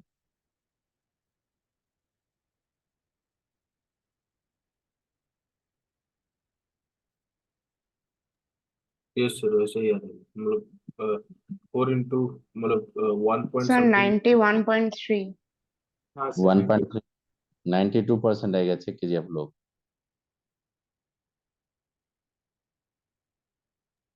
सर 92% ही आ रहा है। 92% आएगा। मैं बहुत सारा क्वेश्चन करवा चुका हूँ, ये याद है हमको। 92% आता था अप्रोक्सीमेटली, मेरे को याद है, क्योंकि मैं जहाँ पे देख रहा हूँ यहाँ पे 63.5 0.2% है। उसको मल्टीप्लाई करेंगे तो वो आ रहा है आपका ये 420, ये 254 ऊपर आ रहा है, 276 नीचे आ रहा है। जब डिवाइड करेंगे तो 254/276 दिख ही रहा है आपका यहाँ पे। नहीं आएगा हाँ हाँ सर 254? 92 ही आएगा। हाँ मैंने 25320 कर दिया था। हाँ 92 आएगा। 92% आ गया। आप बताइए कितना परसेंटेज बोल रहे हैं, किसका परसेंटेज बोल रहे हैं, और इम्प्योरिटीज का या प्योर अमाउंट का बताइए। इम्प्योरिटीज तो बता दो। सैंपल में अगर कॉपर 2+ अगर 92% रहेगा तो इम्प्योरिटीज कितना होगा, 8% होगा कि नहीं?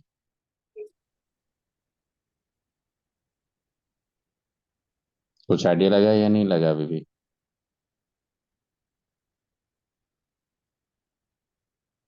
सोम बताइए, कुछ आइडिया लग रहा है? यस सर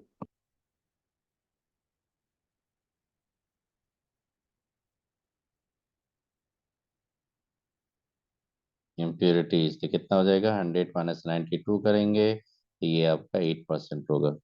प्रोपेक्शन डेटाबेस समझिए, समझ में आई है कैसे फाइंड करते हैं ये सब। इक्विवेलेंट को इक्वेट करते हैं बेटा, इक्विवेलेंट को। और आइडोमेटिक टाइटेशन में सबसे एडवांटेज होता है ना कि दो रिएक्शन को ऐड करके आप सारा कैलकुलेशन कर लेना, नहीं कर लोगे? हाँ सर। चलिए, और कुछ क्वेश्चन करवाए आपको? क्वेश्चन के थ्रू ही इसमें ज्यादा टॉपिक की क्लैरिटी मिलेगा आपको। तो बताइए, कुछ क्वेश्चन मैंने छोड़ रखा वहाँ पे जो आप खुद से करोगे। यहाँ पे देखना है, मैं ये पे करवा दिया, इसको करवा दिया। अब एक और क्वेश्चन मैं क्या करवाने रह जाऊँ, देखना है इसको। ये ओवरऑल वाला तभी नहीं करवाऊंगा, और ये करवाऊंगा, ये आपका 3 मैं ये करवाऊंगा, या 4 जो भी होगा ये करवाऊंगा। चलो इसको कट करने दो, मैं करवाऊंगा इसको।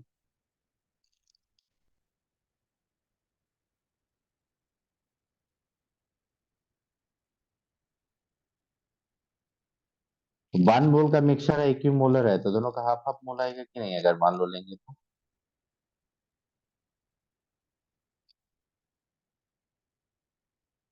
सुनना, ये बहुत इंपॉर्टेंट क्वेश्चन है। मैंने क्या लिया यहाँ पे, देखो, सोम सुनिए। One mole equimolar mixture of the ferrous ferric oxalate and ferrous oxalate. अब बताओ, फेरिस और ferrous oxalate 1 mole of equimolar mixture है, दोनों का हाफ हाफ मोल है कि नहीं? यस सर तो बताइए, मोल्स ऑफ फेरस ऑक्जेलेट या फेरिक ऑक्जेलेट, तो फेरिक ऑक्जेलेट क्या होगा, FeC2O4? नहीं, ये फेरस ऑक्जेलेट होगा। फेरिक ऑक्जेलेट होगा आपका Fe2C2O4 थ्राइस हाफ। तो बताइए, मोल्स ऑफ फेरस ऑक्जेलेट कितना हो जाएगा? हाफ हाँ। आप बता दो, ये दोनों को जब ऑक्सीडाइज करते हैं तो कितना मोल KMnO4 ऑक्सीडाइज कर ये कंज्यूम होता है, एक्स मोल। हाँ सर। और आपको बोल रहा है कि एक्स का वैल्यू बताओ, तो सबसे पहले ये बताओ आप, जब हम लोग एक मिक्सर में, सुनिएगा, जब मेरे पास एक कंटेनर है और उस कंटेनर में मैंने यहाँ पे, उस कंटेनर में मान लो यहाँ पे ऐसा होता है फ्लास्क, आपने देखा होगा स्कूल के लैब में, कुछ ऐसा फ्लास्क होता है, कॉनिकल फ्लास्क जो रहता है, इस तरह का रहता है कि नहीं आपका? कॉनिकल फ्लास्क इस तरह का, इस तरह का फ्लास्क रहता होगा आपका स्कूल में, रहता होगा। तो हाँ इसमें सर। लेट कर लो, तो सॉल्यूशन है यहाँ पे। लेट कर लो यहाँ पे, फेरस ऑक्जेलेट भी है, Fe2C2O4 थ्राइस भी है आपका, और FeC2O4 भी है आपका। और इसमें ऐड कर लो आप यहाँ पे KMnO4 का टाइट्रेशन। अब बताओ, ये KMnO4 क्या करेगा, फेरस को फेरिक में करेगा या फेरिक को फेरस में करेगा? फेरस को करेंगे फेरस को फिर आप बताओ कि दोनों को एक साथ करेगा कि नहीं, दोनों को ऑक्सीडाइज करेगा कि नहीं, ये बताइए आप। ये सर। इसमें क्या करेगा, वो क्या करेगा कि जब इसके साथ उसका रिएक्शन होगा तो देखो यहाँ पे फेरिक है ये, तो आयरन को कुछ नहीं करेगा लेकिन कार्बन को ऑक्सीडाइज कर देगा कि नहीं, +3 से +4। वो तो कितना बार पढ़े हो आप लोग। और जब इसमें जाएगा तो ये क्या करेगा, आयरन को भी फेरस को फेरिक में कर देगा और ऑक्जेलेट को भी CO2 में कन्वर्ट कर देगा। तो बताओ ये जो मैंने अभी सर्कल किया इसमें, इसमें कौन कौन सा पार्ट ऑक्सीडाइज होगा, आयरन भी होगा कार्बन भी होगा। इसमें कौन सा होगा, सिर्फ कार्बन होगा, आयरन नहीं होगा। मतलब याद रखिएगा कि Fe3+ कैन नॉट बी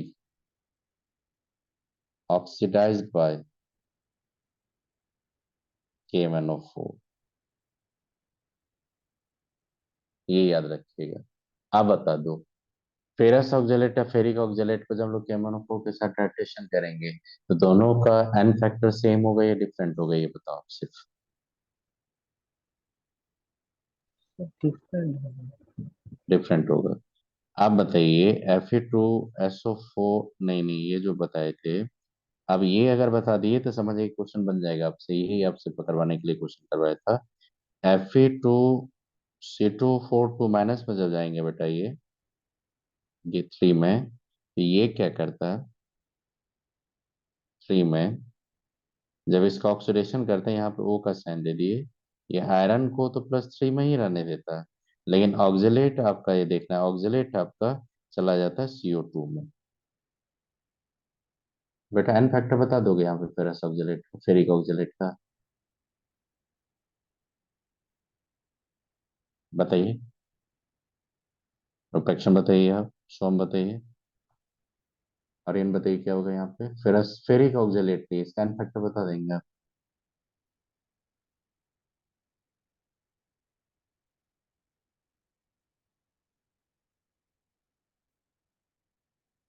बताओ आयरन +3 से +3 में रह रहा है कि नहीं, आयरन +3 से +3 में। हाँ सर 6 होगा। यस 6 होगा, क्यों 6 होगा देखिए, बहुत अच्छा से पकड़ लिया आपने। सिर्फ कार्बन का चेंज हो रहा है कि नहीं बताइए, इसका 1 मोल फिक्स कर देंगे, यहाँ पे सिर्फ इसी का होगा, यहाँ पे 6 होगा कि नहीं बताइए, 6 इंटू कितना करेंगे इसका, 6 है वो, +2 कितना हो जाएगा, +12। तो यहाँ पे 6 है तो 6 कार्बन लिखना पड़ेगा आपको, 6 यहाँ पे 6 देना पड़ेगा आपको, 6 देंगे तो ये क्या होगा, +4। तो बेटा बता दो।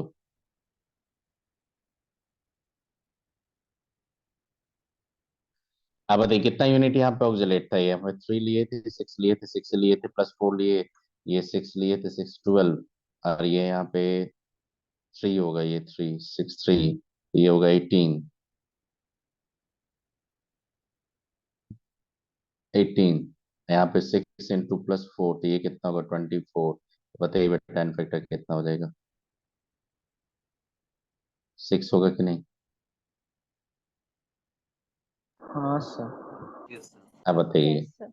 ये तो फेरिक ऑक्जेलेट था, अब फेरस ऑक्जेलेट को जब ऑक्सीडाइज करेगा ये, तो उसको लेके चला जाएगा फेरिक में, और इसको भी ऑक्सीडाइज करेगा CO2 में। अब बताओ टेन फैक्टर इसका कितना हो जाएगा, इसका टेन फैक्टर फाइंड कर चुको, 3 आता है कि नहीं इसका।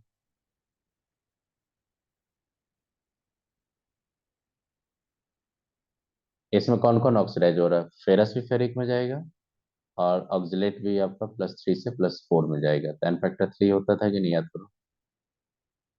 हाँ सर।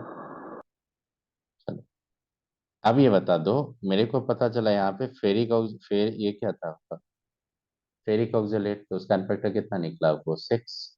और ये था फेरस ऑक्जिलेट, उसका फैक्टर कितना निकला, 3। अब ये बता दो कि एन फैक्टर यहाँ पे जब समझ में आ गया, अब क्या करेंगे, according to law of chemical equivalence चलेंगे, लॉ ऑफ केमिकल इक्विवेलेंस।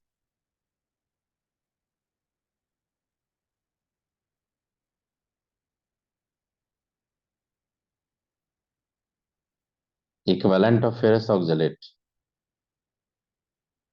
या फेरिक ऑक्जिलेट,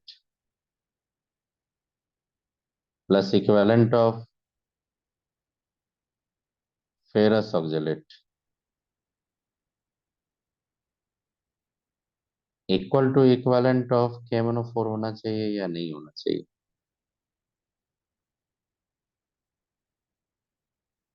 ये बताइए।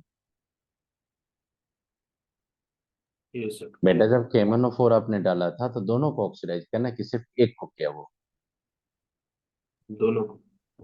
तो जितना आपने मोल डाला होगा KMnO4 का वो दोनों को ऐड करके हम लोग करेंगे कि equivalent of the ferrous oxalate, equivalent of ferric oxalate must be equal to equivalent of KMnO4। Separately मैंने नहीं किया, एक ही कंटेनर में मैंने KMnO4 को डाला तो दोनों को ऑक्सीडाइज किया वो, तो दोनों के इक्विवेलेंट को ऐड करेंगे तो that must be equal to KMnO4। कुछ आइडिया लगा यहाँ पे? हाँ सर। आप बताइए इक्विवेलेंट फेरस ऑक्जेलेट लेंगे फेरिक ऑक्जेलेट तो मोल्स इंटू 1 फैक्टर होगा कि नहीं? मोल्स इंटू 6 करेंगे, यहाँ पे इंटू क्या करेंगे 3, इधर क्या करेंगे मोल्स आपने एक्स लिया इंटू 1 फैक्टर क्या करेंगे 5, यहाँ से वैल्यू ऑफ एक्स नहीं फाइंड कर लेंगे आप।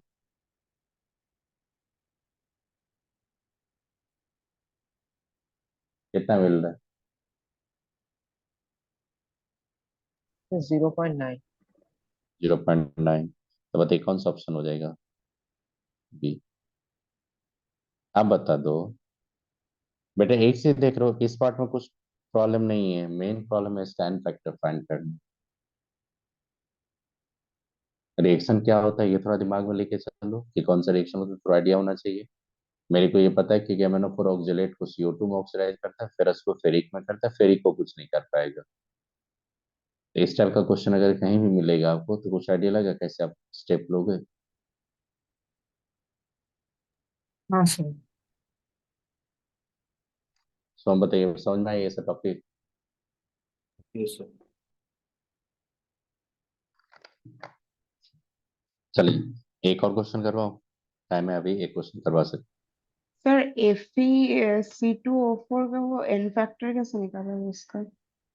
इसमें इसमें नहीं, उसके ऊपर वाला में FeC2 जो फेरिक, हाँ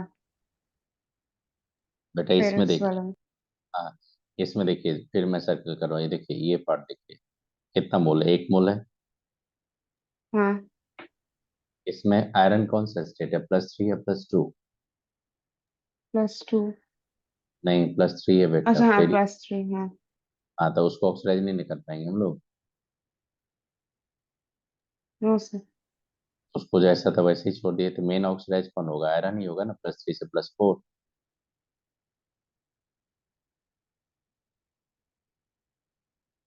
उसके अलावा सिर्फ सॉरी कार्बन ही होगा ना ऑक्सीडाइज, +3 से +4, आयरन तो नहीं होगा। No sir. आप बताइए 1 मोल में कितना कार्बन दिख रहा है आपको, 6 दिख रहा है कि नहीं? 3 × 2। हाँ। एक का अगर +3 आप ऑक्सीलेट में तो याद रखो ना, अच्छा प्लस हाँ हाँ हाँ हाँ। Okay oxalate sir. +3 लेंगे तो 6 × +3, इधर आपका हम्म। 6 कर दीजिएगा। इधर मैंने क्या बोला था कि जिस टाइम फैक्टर फाइंड करना उसको बैलेंस करने के लिए बोला था कि नहीं, आपको बैलेंस होना चाहिए। तो बेटा यहाँ पे 6 देखा तो मैंने इधर 6 दे दिया। अब देखो इधर 6 का +3 18, इधर 6 का +4 तो 24, तो डिफरेंस कितना आ रहा है, 6 ही तो आ रहा हाँ हाँ समझ आ गया। है। 6, दैट पार्ट इज क्लियर। अब बता दो। Yes sir. और एक जो बता रहा हूँ आपको क्वेश्चन, यहाँ पे देख रहा हूँ, यहाँ पे कुछ क्वेश्चन मिलेगा तो एक और बताऊंगा आपको। इस पे काम करवा देता हूँ, इस पे जब तक ये क्वेश्चन है तो इस पे काम करवा देता हूँ, या उससे पहले का भी क्वेश्चन करवा सकते थे लेकिन इस पे काम करवा देता हूँ। देख,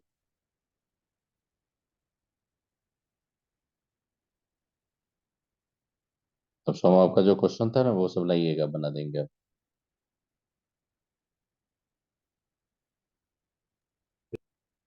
बताओ 3 को +2 को किस में ऑक्सीडाइज करेंगे, +4 में?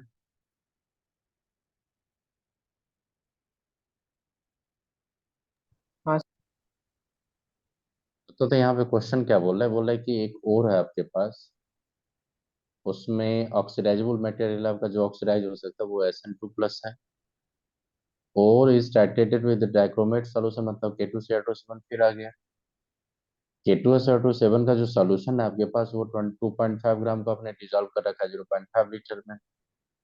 बेटा K2Cr27 को मेरे को पता है उसका मोलर मास क्या होता है। K2Cr27 का मोलर मास होता है 294। यहाँ पे 2.5 को अगर 294 से डिवाइड करेंगे तो मोल्स आ जाएगा।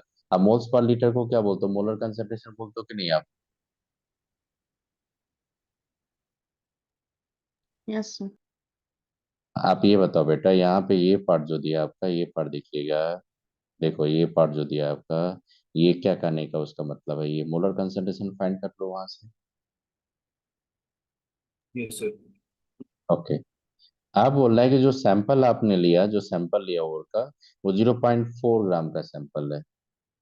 बोला कि जो 0.4 ग्राम का सैंपल है वो रिक्वायर्ड कर रहा है 10 ml ऑफ टाइट्रेंट। टाइट्रेंट का मतलब KMnO4 जो ब्यूरेट से डालेंगे, चाहिए इक्विवेलेंस पॉइंट के लिए।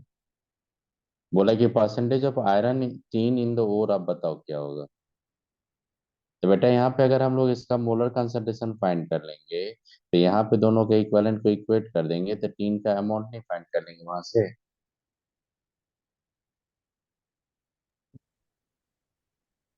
या नहीं कर लोगे बताओ ये। हम्म, कर 3 का अमाउंट फाइंड करने के बाद परसेंटेज अपने आप आ जाएगा।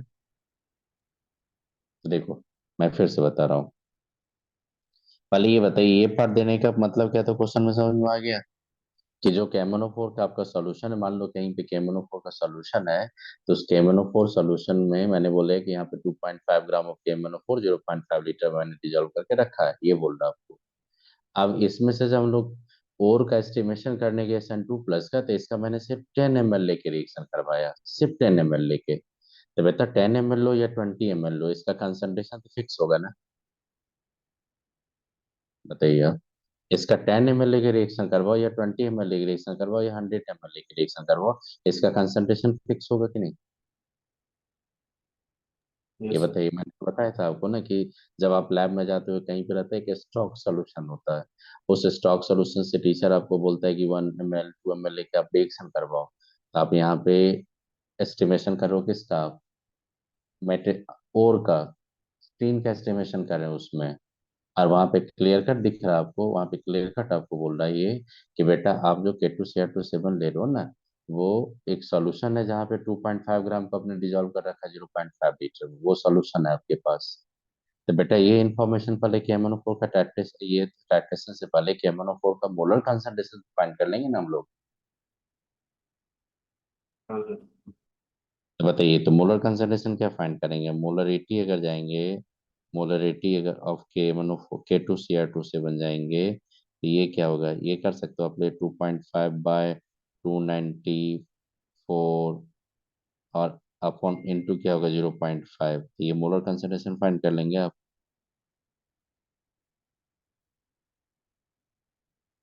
या नहीं समझ में आया? ये मोलर कंसंट्रेशन फाइंड कर लेंगे। Yes sir. Yes. Yes sir. After finding the molar concentration हम लोग सीधा लिख सकते हैं यहाँ पे इक्विवेलेंट ऑफ K2Cr2 से ये इक्विवेलेंट ऑफ SnCN2+ कर देते हैं, इसको फाइंड करना हम लोग लिख सकते हैं यहाँ पे कि equivalent now, equivalent of SN2+ equal to equivalent of K2Cr2 से। अब देखना इक्विवेलेंट ऑफ SN2+ जाएंगे तो क्या होगा, गिवन मास बाय इक्विवेलेंट मास। तो बताओ SN कहाँ से कहाँ जाएगा, आप तो पता है ना कि SN ये क्या होता है, Cr2 7 2 ये रिड्यूस होता है कहाँ पे बेटा, Cr3+ में, Cr3+ में। और 3 कहाँ पे रिड्यूस होता है, ऑक्सीडाइज कहाँ होता है, +2 से +4। +4 +4। तो एन फैक्टर कितना बोलेंगे इसका, 2 बोलेंगे कि नहीं आप? 2। हाँ सर। इसका बैलेंस फैक्टर 2, इसका एन फैक्टर कितना लेंगे, 6। तो बता दो आपको क्या फाइंड करना है, अमाउंट ऑफ फाइंड करना है टीम का कि नहीं? एम कर देंगे, एम अगर कर देंगे यहाँ पे, वह ई कर देंगे, equivalent mass equal to normality into volume in ml कर सकते हैं हम लोग, ये लीटर। अब तो सारा एक्सप्रेशन मैं लिखने जा रहा हूँ यहाँ पे। यहाँ पे एम ले लेंगे मास, इक्वलेंट मास यहाँ पे टीन का एटॉमिक मास दिया 118.7 बाई क्या कर देंगे 2 इक्वल टू नॉर्मलिटी इसका जाएंगे तो नॉर्मलिटी कितना हो जाएगा इसका मोलर कंसंट्रेशन इनटू 6 होगा कि नहीं? Yes, sir. Indeed.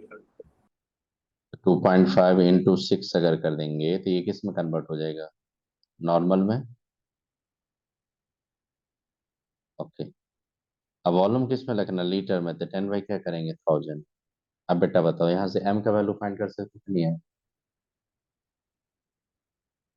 m का वैल्यू फाइंड करने के बाद आपने कितना ग्राम सैंपल पे वर्क किया था? 0.4 ग्राम। उसमें अगर अमाउंट ऑफ टीन फाइंड कर लेंगे तो परसेंटेज नहीं आ जाएगा आपसे?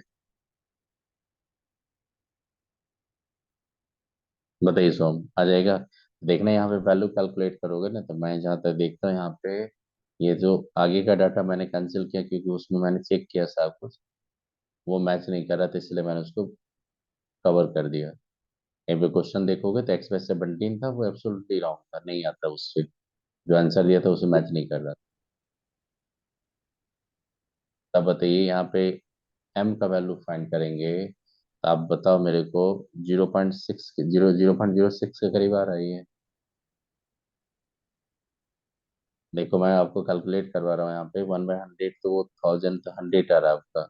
25 0.5 से वो कैंसिल हो रहा है, 30 आ रहा है उधर से। इधर 300 लेंगे तो सीधा 10 कर देंगे मैं इधर। इसको 119 लेके चलूंगा मैं, ऊपर कर दूंगा। तो यहाँ पे तो बहुत सारा कैंसिल, मैं अप्रोक्सीमेशन लेके जाऊंगा तो अप्रोक्सीमेटली आप देखोगे 0.606 या 0.05 यही सब रेंज में आएगा। 18/300 मतलब हाँ 0.06 लगभग। 0.06 के करीब आ रहा है कि नहीं आपको? बताइए। यस सर, उससे थोड़ा सा कम है। नहीं, 0.6 ग्राम आएगा। ये क्या इसका अमाउंट है? बताइए अमाउंट ऑफ SN2+। तो बताओ परसेंटेज ऑफ, अगर मान लीजिए SN2+ जाएंगे तो इसका अमाउंट मैंने फाइंड किया 0.06। ये था कितना? 0.4 ग्राम इंटू 100 करेंगे तो 3/2। देखो यहाँ पे 3/2 जा रहा है आपका, 3/2 इंटू क्या करेंगे? 15% के करीब आ रहा है ये। तो अगर इंटीजर टाइप में होगा तो नहीं कर लोगे ये सब? बताओ। Yes sir. अब देखो मैंने जितना भी आज क्वेश्चन का एफर्ट किया, ये क्वेश्चन जितना भी लिया, आपको एन फैक्टर, आपको रिएक्शन के बारे में पता रहेगा तभी आप क्वेश्चन ले पाओ, एफर्ट ले पाओगे, नहीं तो ले पाएंगे? आप बताइए। नो। नहीं इसीलिए बेटा अभी पैनिक नहीं होना इस पे। ये टॉपिक को ग्रैब करने में थोड़ा टाइम लगता है। मतलब ये मत समझना कि आज पढ़ लिए 2 क्लास ले लिए एक्सपर्ट हो जाएंगे, नहीं, थोड़ा टाइम लगता है ये। ठीक। वो ऑनलाइन टीचर से बोल देता है देखो बेटा टाइटेशन, ये टाइटेशन हाफ एन आवर बोल के निकल जाता है बेटा, नहीं, इसमें थोड़ा टाइम लगता है। कॉन्सेप्ट को क्लियर होने में थोड़ा टाइम लगता है। फिर इसीलिए प्रोपेक्शन मैंने आज बताया आपको। ये टॉपिक को मैं अगला क्लास तो नॉर्मल क्लास ही प्रोग्रेसिव ही रखूंगा। लेकिन आप लोग करना क्या कि जब आपका क्लास का शेड्यूल होता है, जिस दिन आपका ऑफलाइन क्लास आते हो, तो जो भी जेई के बच्चे हैं, जो आपका पैकेज दिया उसमें पैकेज में कम से कम कुछ क्वेश्चन करके लाना और वहां पे आके मेरे से डिस्कस कर लेना। 2-3 वीक अगर कंटिन्यू इससे कुछ कुछ क्वेश्चन आप करते रहोगे ना, तो देखना आपका हैबिट बन जाएगा क्वेश्चन, मतलब कि सम अंडरस्टैंडिंग आ जाएगा आप में कि कैसे इक्वेशन होगा क्या होगा। तो इसको बार बार करने से होता है, एक बार करने से बेटा नहीं होता ये, क्योंकि ये थोड़ा ट्विस्ट है टॉपिक। इसलिए मैं ऐसा ही आपसे मैं एक्सपेक्ट कर रहा हूँ कि आप ऑफलाइन क्लास में जब आएंगे तो थोड़ा जो भी जेई के बच्चे हैं 2-4 क्वेश्चन, कम से कम 5 क्वेश्चन आप करके लाना, कम से कम 5-10 क्वेश्चन करके लाना। इससे वो स्टडी मटेरियल में आपका मिल जाएगा जेई के पैकेज में। और कम से कम आना आप 1 आवर बिफोर आना, और जो भी क्वेश्चन होगा पूछ लेना आप मेरे से। 2-3 वीक ऐसे करोगे तो देखना, आपने देखना कि बहुत अच्छा इम्प्रूवमेंट आएगा। प्रोफेक्शन बुझे এটা ক্লিয়ার হলো बोलता है तरी। हाँ सर, हाँ सर। हाँ। हाँ। चलिए अभी बताइए, समझ में आ गया आप लोगों को? तो कुछ आइडिया लगा यहाँ पे? तो मैं क्लास को एंड कर रहा हूँ। वो मैं नोट्स भेज रहा हूँ आपको, और ये क्वेश्चन भी भेज रहा हूँ। तो ये जो क्वेश्चन इसमें, वो क्वेश्चन आप खुद से करके लाओगे, ट्राई करके बताइए, तो मैं आपको नेक्स्ट डे दिखाऊंगा। खुद से ट्राई करना है आपको। सर। ठीक। हाँ बताइए। सर आप थोड़ा एटॉमिक स्ट्रक्चर का क्वेश्चन थोड़ा सेंड कर देंगे मेरे को? नहीं नहीं, वो जो डिब्रोगली हाइपोथेसिस था वो सब तो कल मैं सेंटर पे जा रहा हूँ, तो वहां से मैं क्वेश्चन बना के एक बार निम्नलिखित आप रिमाइंडर डाल दीजिएगा, तो मैं कल क्वेश्चन भेज दूंगा। ठीक है, मैं भेज दूंगा आपको। Okay sir. चलिए ठीक है, चलिए good night all of you. Next day मिलिए, नेक्स्ट डे बताएंगे ये सब, पूरा ट्राई करके खुद चलाइएगा आपको ये सब। ठीक है, चलिए good good night night. Sir. Good night, next day. नमस्ते। Good night.